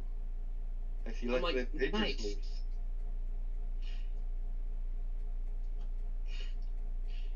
It's like, we're gonna grow up fast and tough. It's like, what did you buy with your first paycheck, Kevlar? When you buy the second paycheck, lining for the vehicle for stray ones, so we don't go up like a Roman candle. No, we're gonna do it like Detroit. We're just gonna fill the doors with concrete.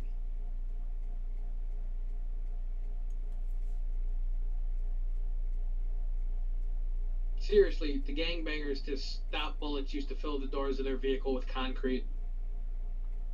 It'd kill your gas mileage. It's effective.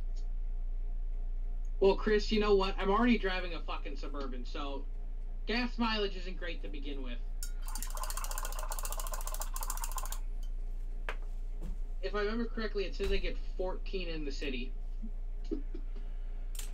Oh, time we're out here. Holy camolies. Kim, what's happening? Hey, guys. Hey, Kim. Hello there. He's in the chat. Indeed. Rob, here's a question. What category are we under right now on Twitch? Are we like IRL? What are we? What do you mean? What do you mean we? What's this we you keep talking about? We're now part of the stream. We're now part of the stream, Chris. We're part of the ship, part of the crew. Part of the It's ship, your part of the fault. crew. If you're talking about the tags, it's English, live vlogging, painting, miniature, figures, traditional art, and AMA. If that helps at all. Because if we were IRL for a second, I was gonna make a joke about, yeah, we're gonna end up with like Chris painting in the tub. We could. We always could. It could go in that direction. You never know. Sometimes I get goofy ideas and I think, you know what? That'd be kind of fun. I should paint in the tub. And You know what? Where's our Swedish Chef video? This is something like 10 years in the making. Where I is know. it? It's because like right now, for me to do it, it would require me to section off a big area where I could make a mess. I don't have that kind of room. We will finance it. Grim and I will finance it. I just imagine like getting a blow-up kiddie pool or something and doing it there as a budget. For a second there, I thought it was gonna be like, Yeah, he's gonna get blow up doll for the studio. That's gonna become his co-host. Why do you think I would say that, Matt? Well, Well, you did call Eldari the one time a Canadian cunt. So you never know with you. I was quite pickled at the time. I apologized after several times, You shouldn't have apologized. but it was quite rude. I remember I was there that night, and it was still funny.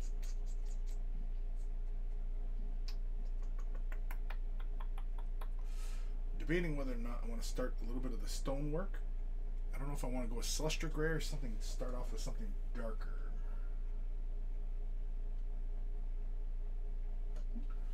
Mechanicus Gray.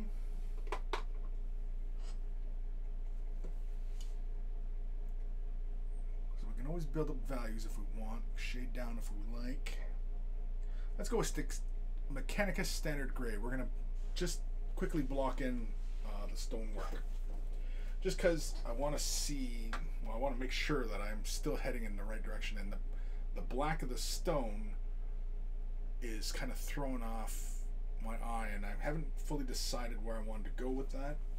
And I think, yeah, I think I want to go with kind of neutral tones on the stone, because eventually the wood and the cloak will get attached, and I definitely want those to be distinct. So yeah, we're going to go with Mechanicus Standard Gray. We'll do this little mix. Grim, do another option could be we just send Chris an afro and we make him do the joys of miniature painting. We can't make him do anything. You're right. You can't make me do anything. But if Chris was sent large sums of money, he would. For a second, I was say large sums of afros for some. So, Chris, what you're saying is you're just kind of a whore for money. Well, given the nature of this, yes. Everybody is. Slap it right there. But, Grim, I would argue. You would argue. Eventually, we'll get something blackmailable, and then we can force Chris to do what we want. Wait, what? I'm saying eventually, I feel we will be able to blackmail Chris. Oh, blackmail. I think you said blackmailable, as in like you're mailing him something the color black. I'm like, I don't see where this is going. I'm That's a blackmailable thing. I was still looking at the colors. I'm like, I don't get it. I was about to say, you're not watching the stream. Like, oh wait, you're driving on the interstate. I hope you aren't watching. Never mind. Freaking guy. You know what? I'll just be like everyone else in America. I'll just drive distracted. I will just watch the stream. Please no. And then I bet I get blamed if he gets into a fucking accident. Well, I guess I shouldn't say if, it should be when. Don't worry, Chris. I will just sue you. It'll be great. Yeah, good luck with that. Hey, it's America. I can sue anyone for anything. True. Very, very true. We have the power.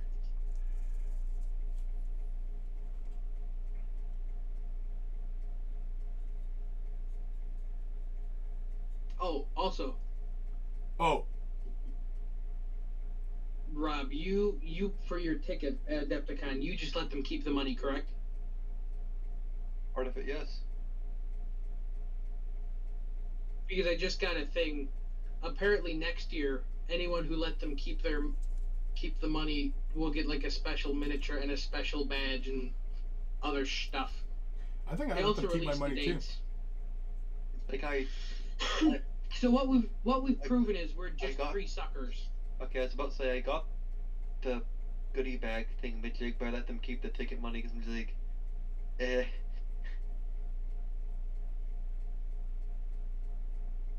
Yeah, I'm pretty sure I let them keep the money too. But it is going on next year, is what I'm hearing. Yes. Unless Matt, Hank, and Jeff have lied to us and have like moved to the Caymans. Those are possibilities. I hear Monocle's in the Honestly, time of year. honestly, wouldn't surprise me if they did. But anyway, Monaco has a very nice naval history museum too.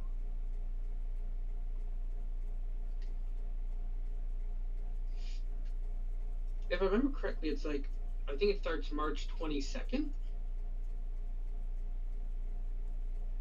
But I don't remember. I remember in December. If I take it, that's gonna be all announced properly at some point, since you're behind the scenes. No, it's been announced on the Facebook page. The only reason I know what the date is because it's now their Facebook banner. Oh, I thought it had their thing on the Facebook thing. Thingamajig. You know, Facebook. 23rd to 27th.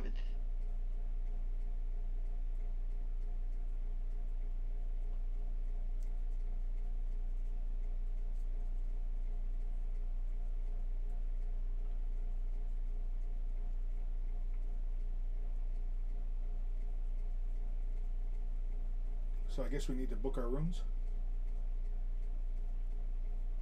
Yes. Probably. By the way, Chris, have you heard from Joe? Like Joe Borowski? Borowski, whatever his name is? No, I have not talked to him in a bit. Why? Because I haven't heard from him in like a year, and I was like, huh, let's see if he's done anything on Facebook, and he hasn't posted for like 6 months. And I'm like, huh. No. Slightly concerning. No, I haven't talked to him in a bit. Why would you be concerned? Why? Because I haven't seen anything from him, and usually he would post on Facebook like a couple times a week. Oh, he might be busy. He might have more important things going on. But yeah, I haven't talked to him in a bit.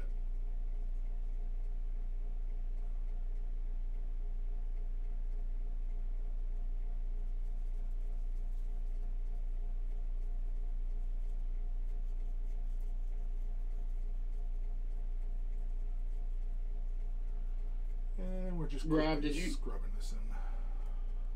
Did you see the model? Did you see the model that they're giving everyone who let keep their money? Looking at that little Mechanicus looking thing. Yeah, which honestly kind of looks, eh. Well, it's free. What do you want? Want what I want? What I do you want them to give me a car. That's what I want. I want them that's to what give it me sounds like. like. I want like a '68 fastback Mustang. That's what I really want. There we go. Realistic Okay. expectations. Nice. We'll give you a car. We'll give you the door handle that came from the car. The funny part is like '68s aren't that super expensive to buy right now because they're not super collectible. Oh, did you know Adepticon also now has a web store so you can buy like their old merch? Oh, really? That's a neat idea, Yeah. I suppose. Because it's funny, the dice tray that I purchased from them. That is funny.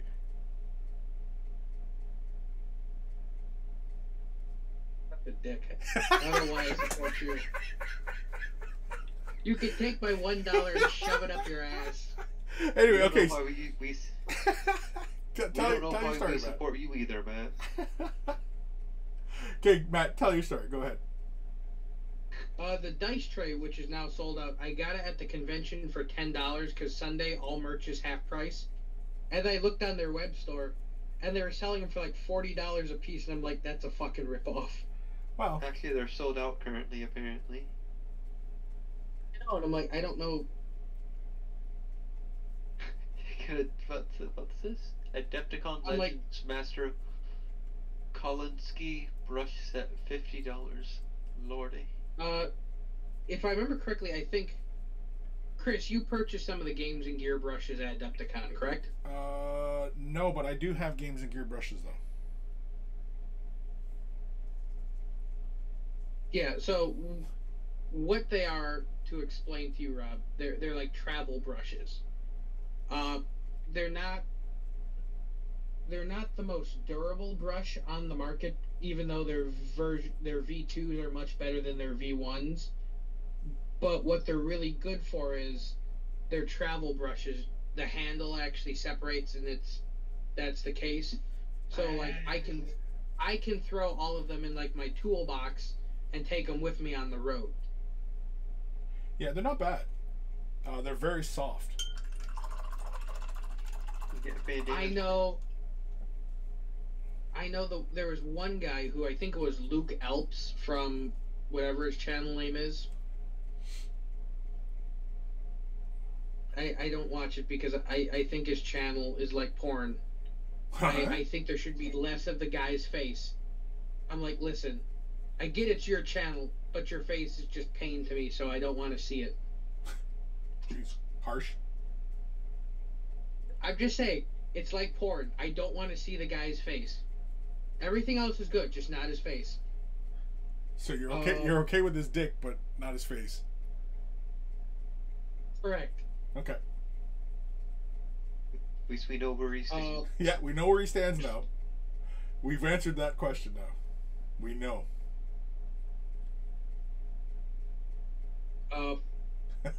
He did because he apparently he runs like commission painting, and he was using them, and because he was using them every day, he killed the brushes. They separated from the fernal.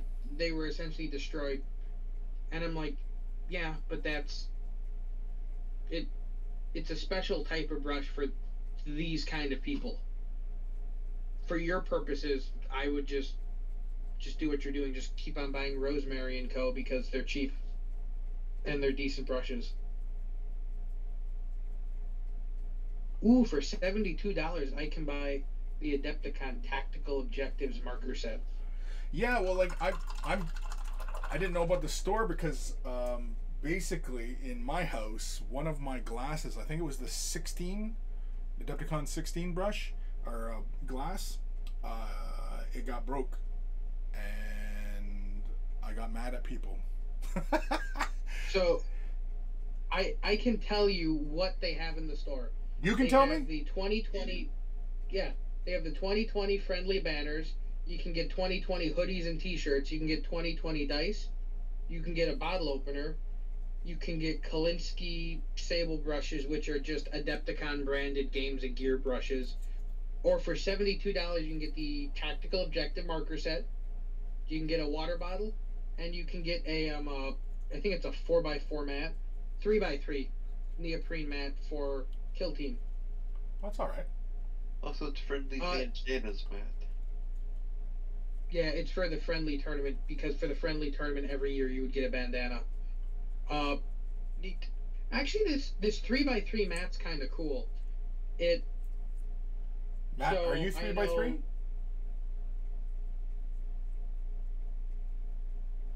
No, I'm the original 8x4. Oh. You're only rocking 4? That gives me a zone. Oh bloody hell! What's that mode? Zone Mortalis? Or that mapping? Yes. It looks like the Zone Mortalis. Okay. Which, from what I understand now, I think Zone Mortalis is now a plastic kit, supposedly, someone told me. Mm-hmm. Well, But I know essentially it's Necromunda. You can make a Zone Mortalis out of the Necromunda terrain. I know not Laser Dreamworks, Death Ray Designs. Yeah.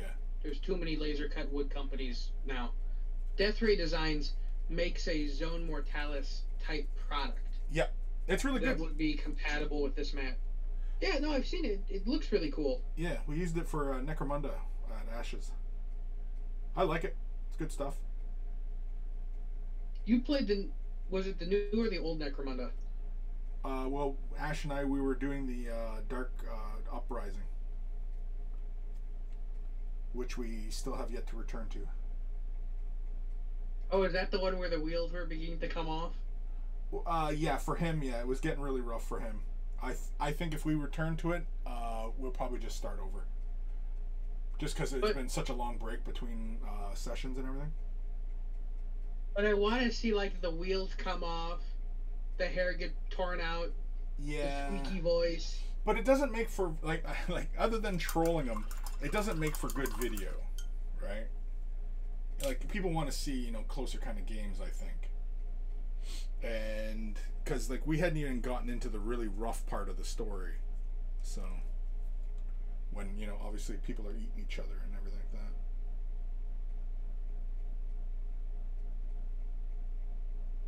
Maybe I just want to watch people troll Ash.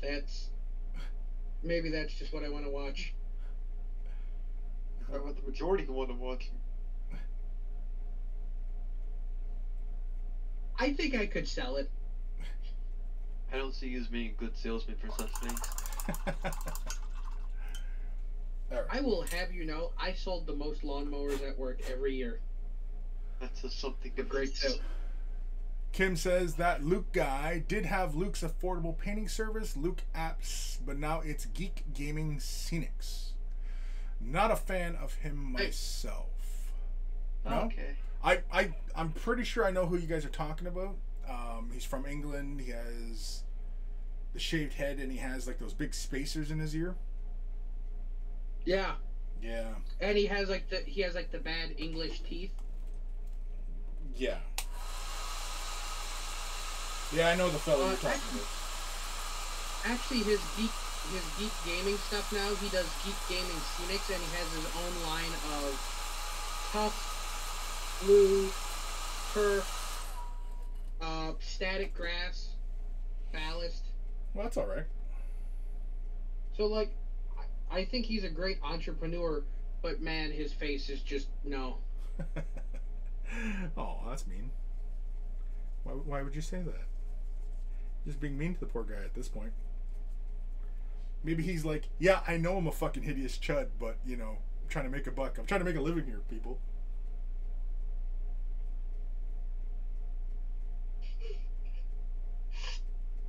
Ooh. Here you are ragging on him for being a chud, and you're like, you know, don't even think that. Maybe he's got kids and stuff, and he's got, like, chud kids, and, you know, here you are ragging on him. Let's just start beef now. We're gonna start all the beef. I'm not starting no because beefs. Hey, that's how you get subscribers with controversy. Yeah, I don't give a fuck about that. No. No, because it's bad karma, man. It's bad karma. And I'm not about bad karma. I prefer to maintain good karma.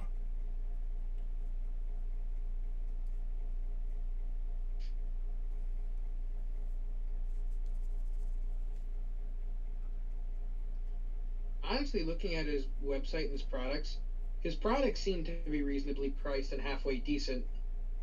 Yeah, I'm sure.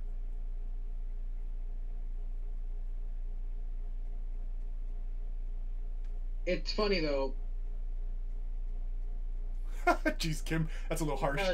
He said he started the terrain stuff, or he started with the terrain stuff, and that is great, but I don't like the dude.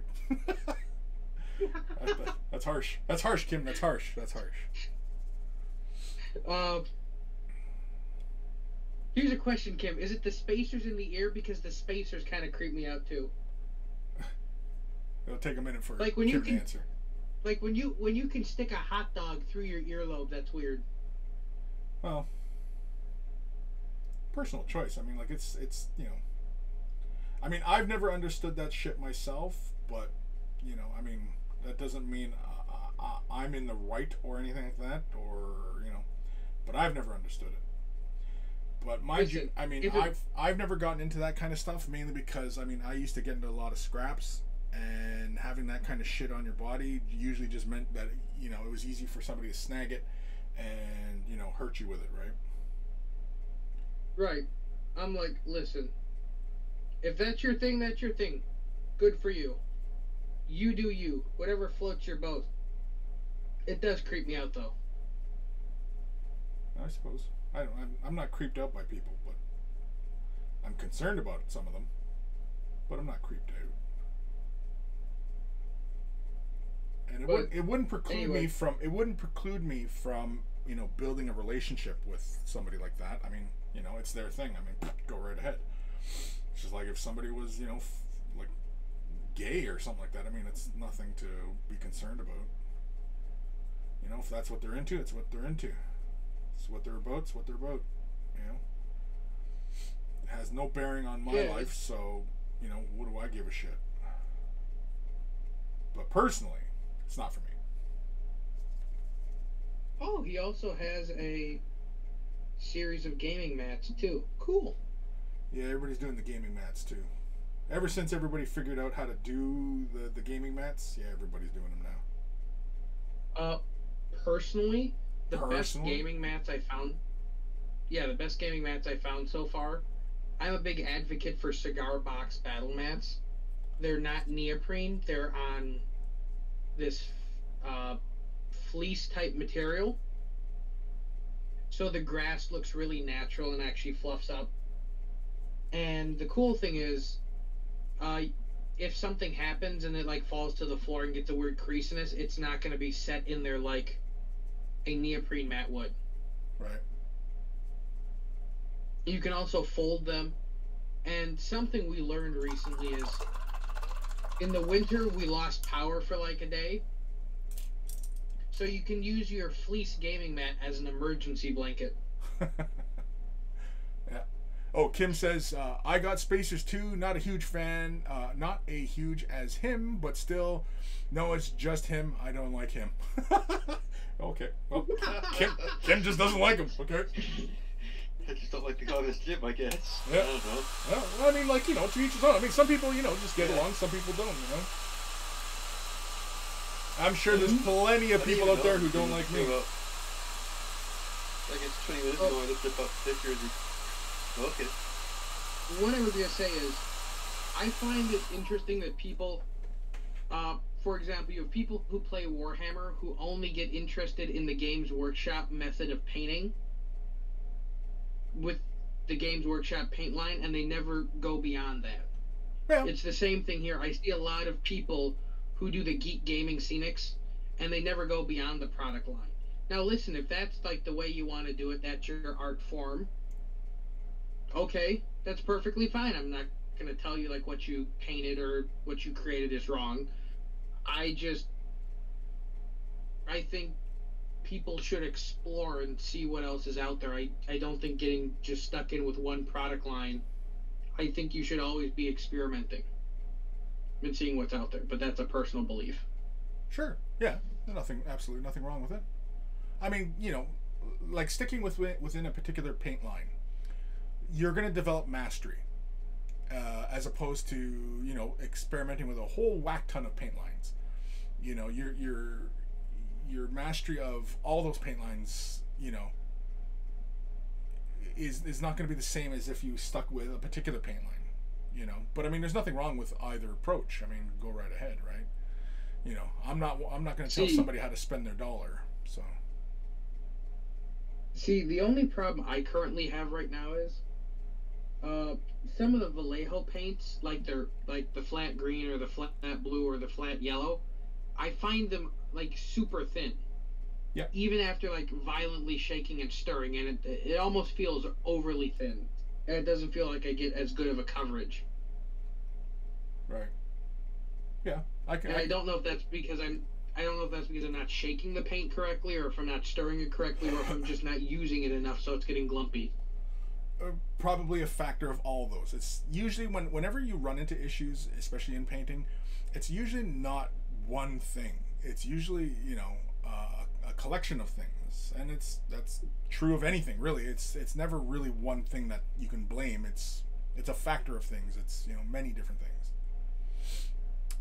Kim says he sells a lot of stuff to terrain guys and seems to get good relationship with them. And yeah, I bet it's a lot of people that don't like me too, or I know there is. Yeah, the same here. I mean, like, you know, I'm sure there's plenty of people out there who don't care for me. I mean, like, you know, some people just don't get along. Some people don't, you know, you don't gel well with others, right? I mean, you know, I don't let that affect me though. I mean, like, you know, I know personally, a lot of people probably think I'm an asshole, and they're mostly correct. Right, Matt? Yeah, but see, we've built a community of assholes where we are all equally assholes to each other. I don't know what you're talking about. Yeah, I mean, Grimm's not an asshole. You can't call Grimm an asshole. Grimm is like the one well-adjusted person in the sea of assholes. So he's the sphincter. Yes. Oh no.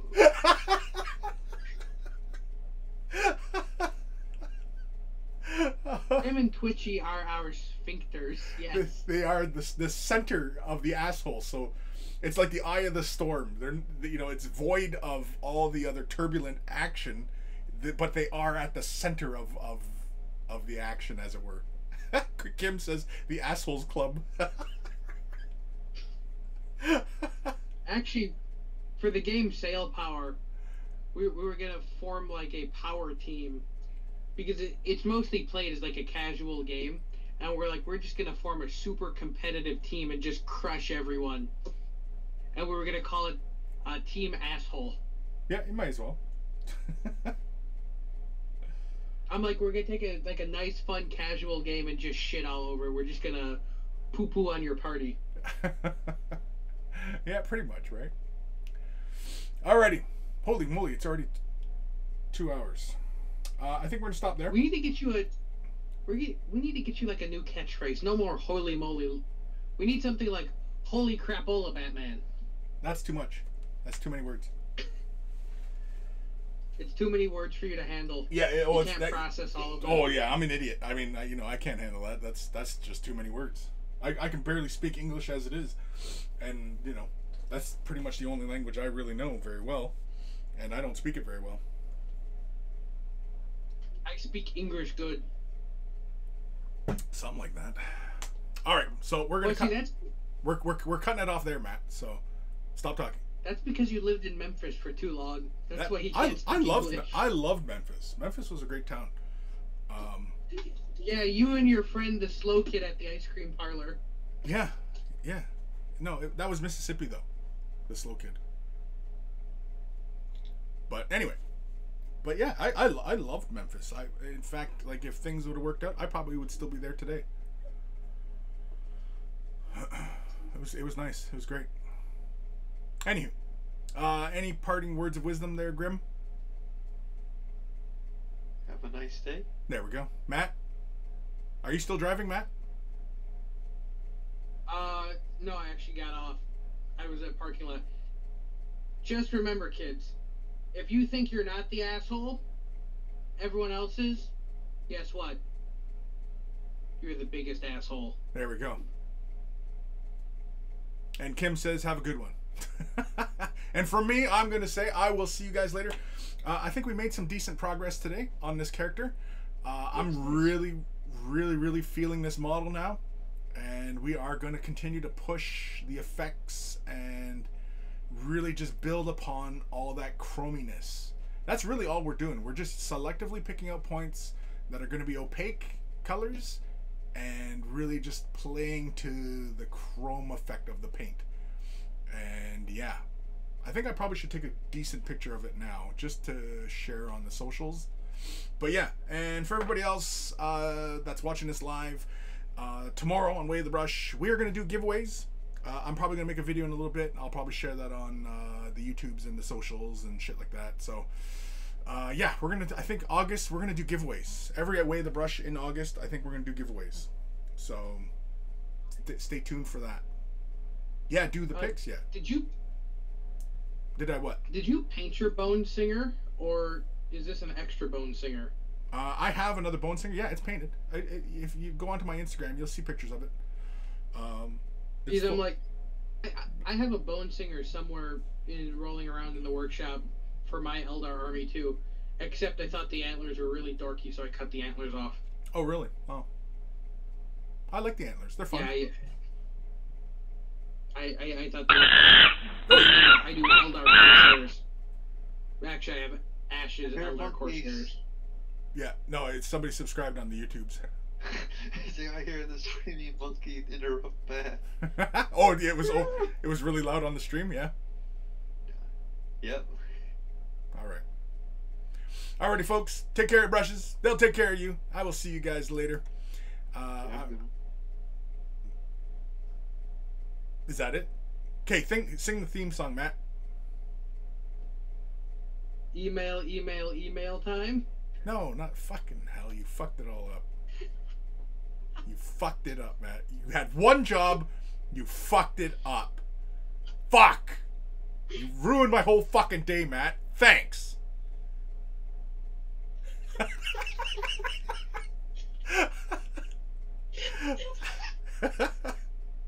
broke him. Yeah, you broke him. Yeah, oh, Matt's all broke now. Alrighty, I'm getting the hell out of here. Later, dudes.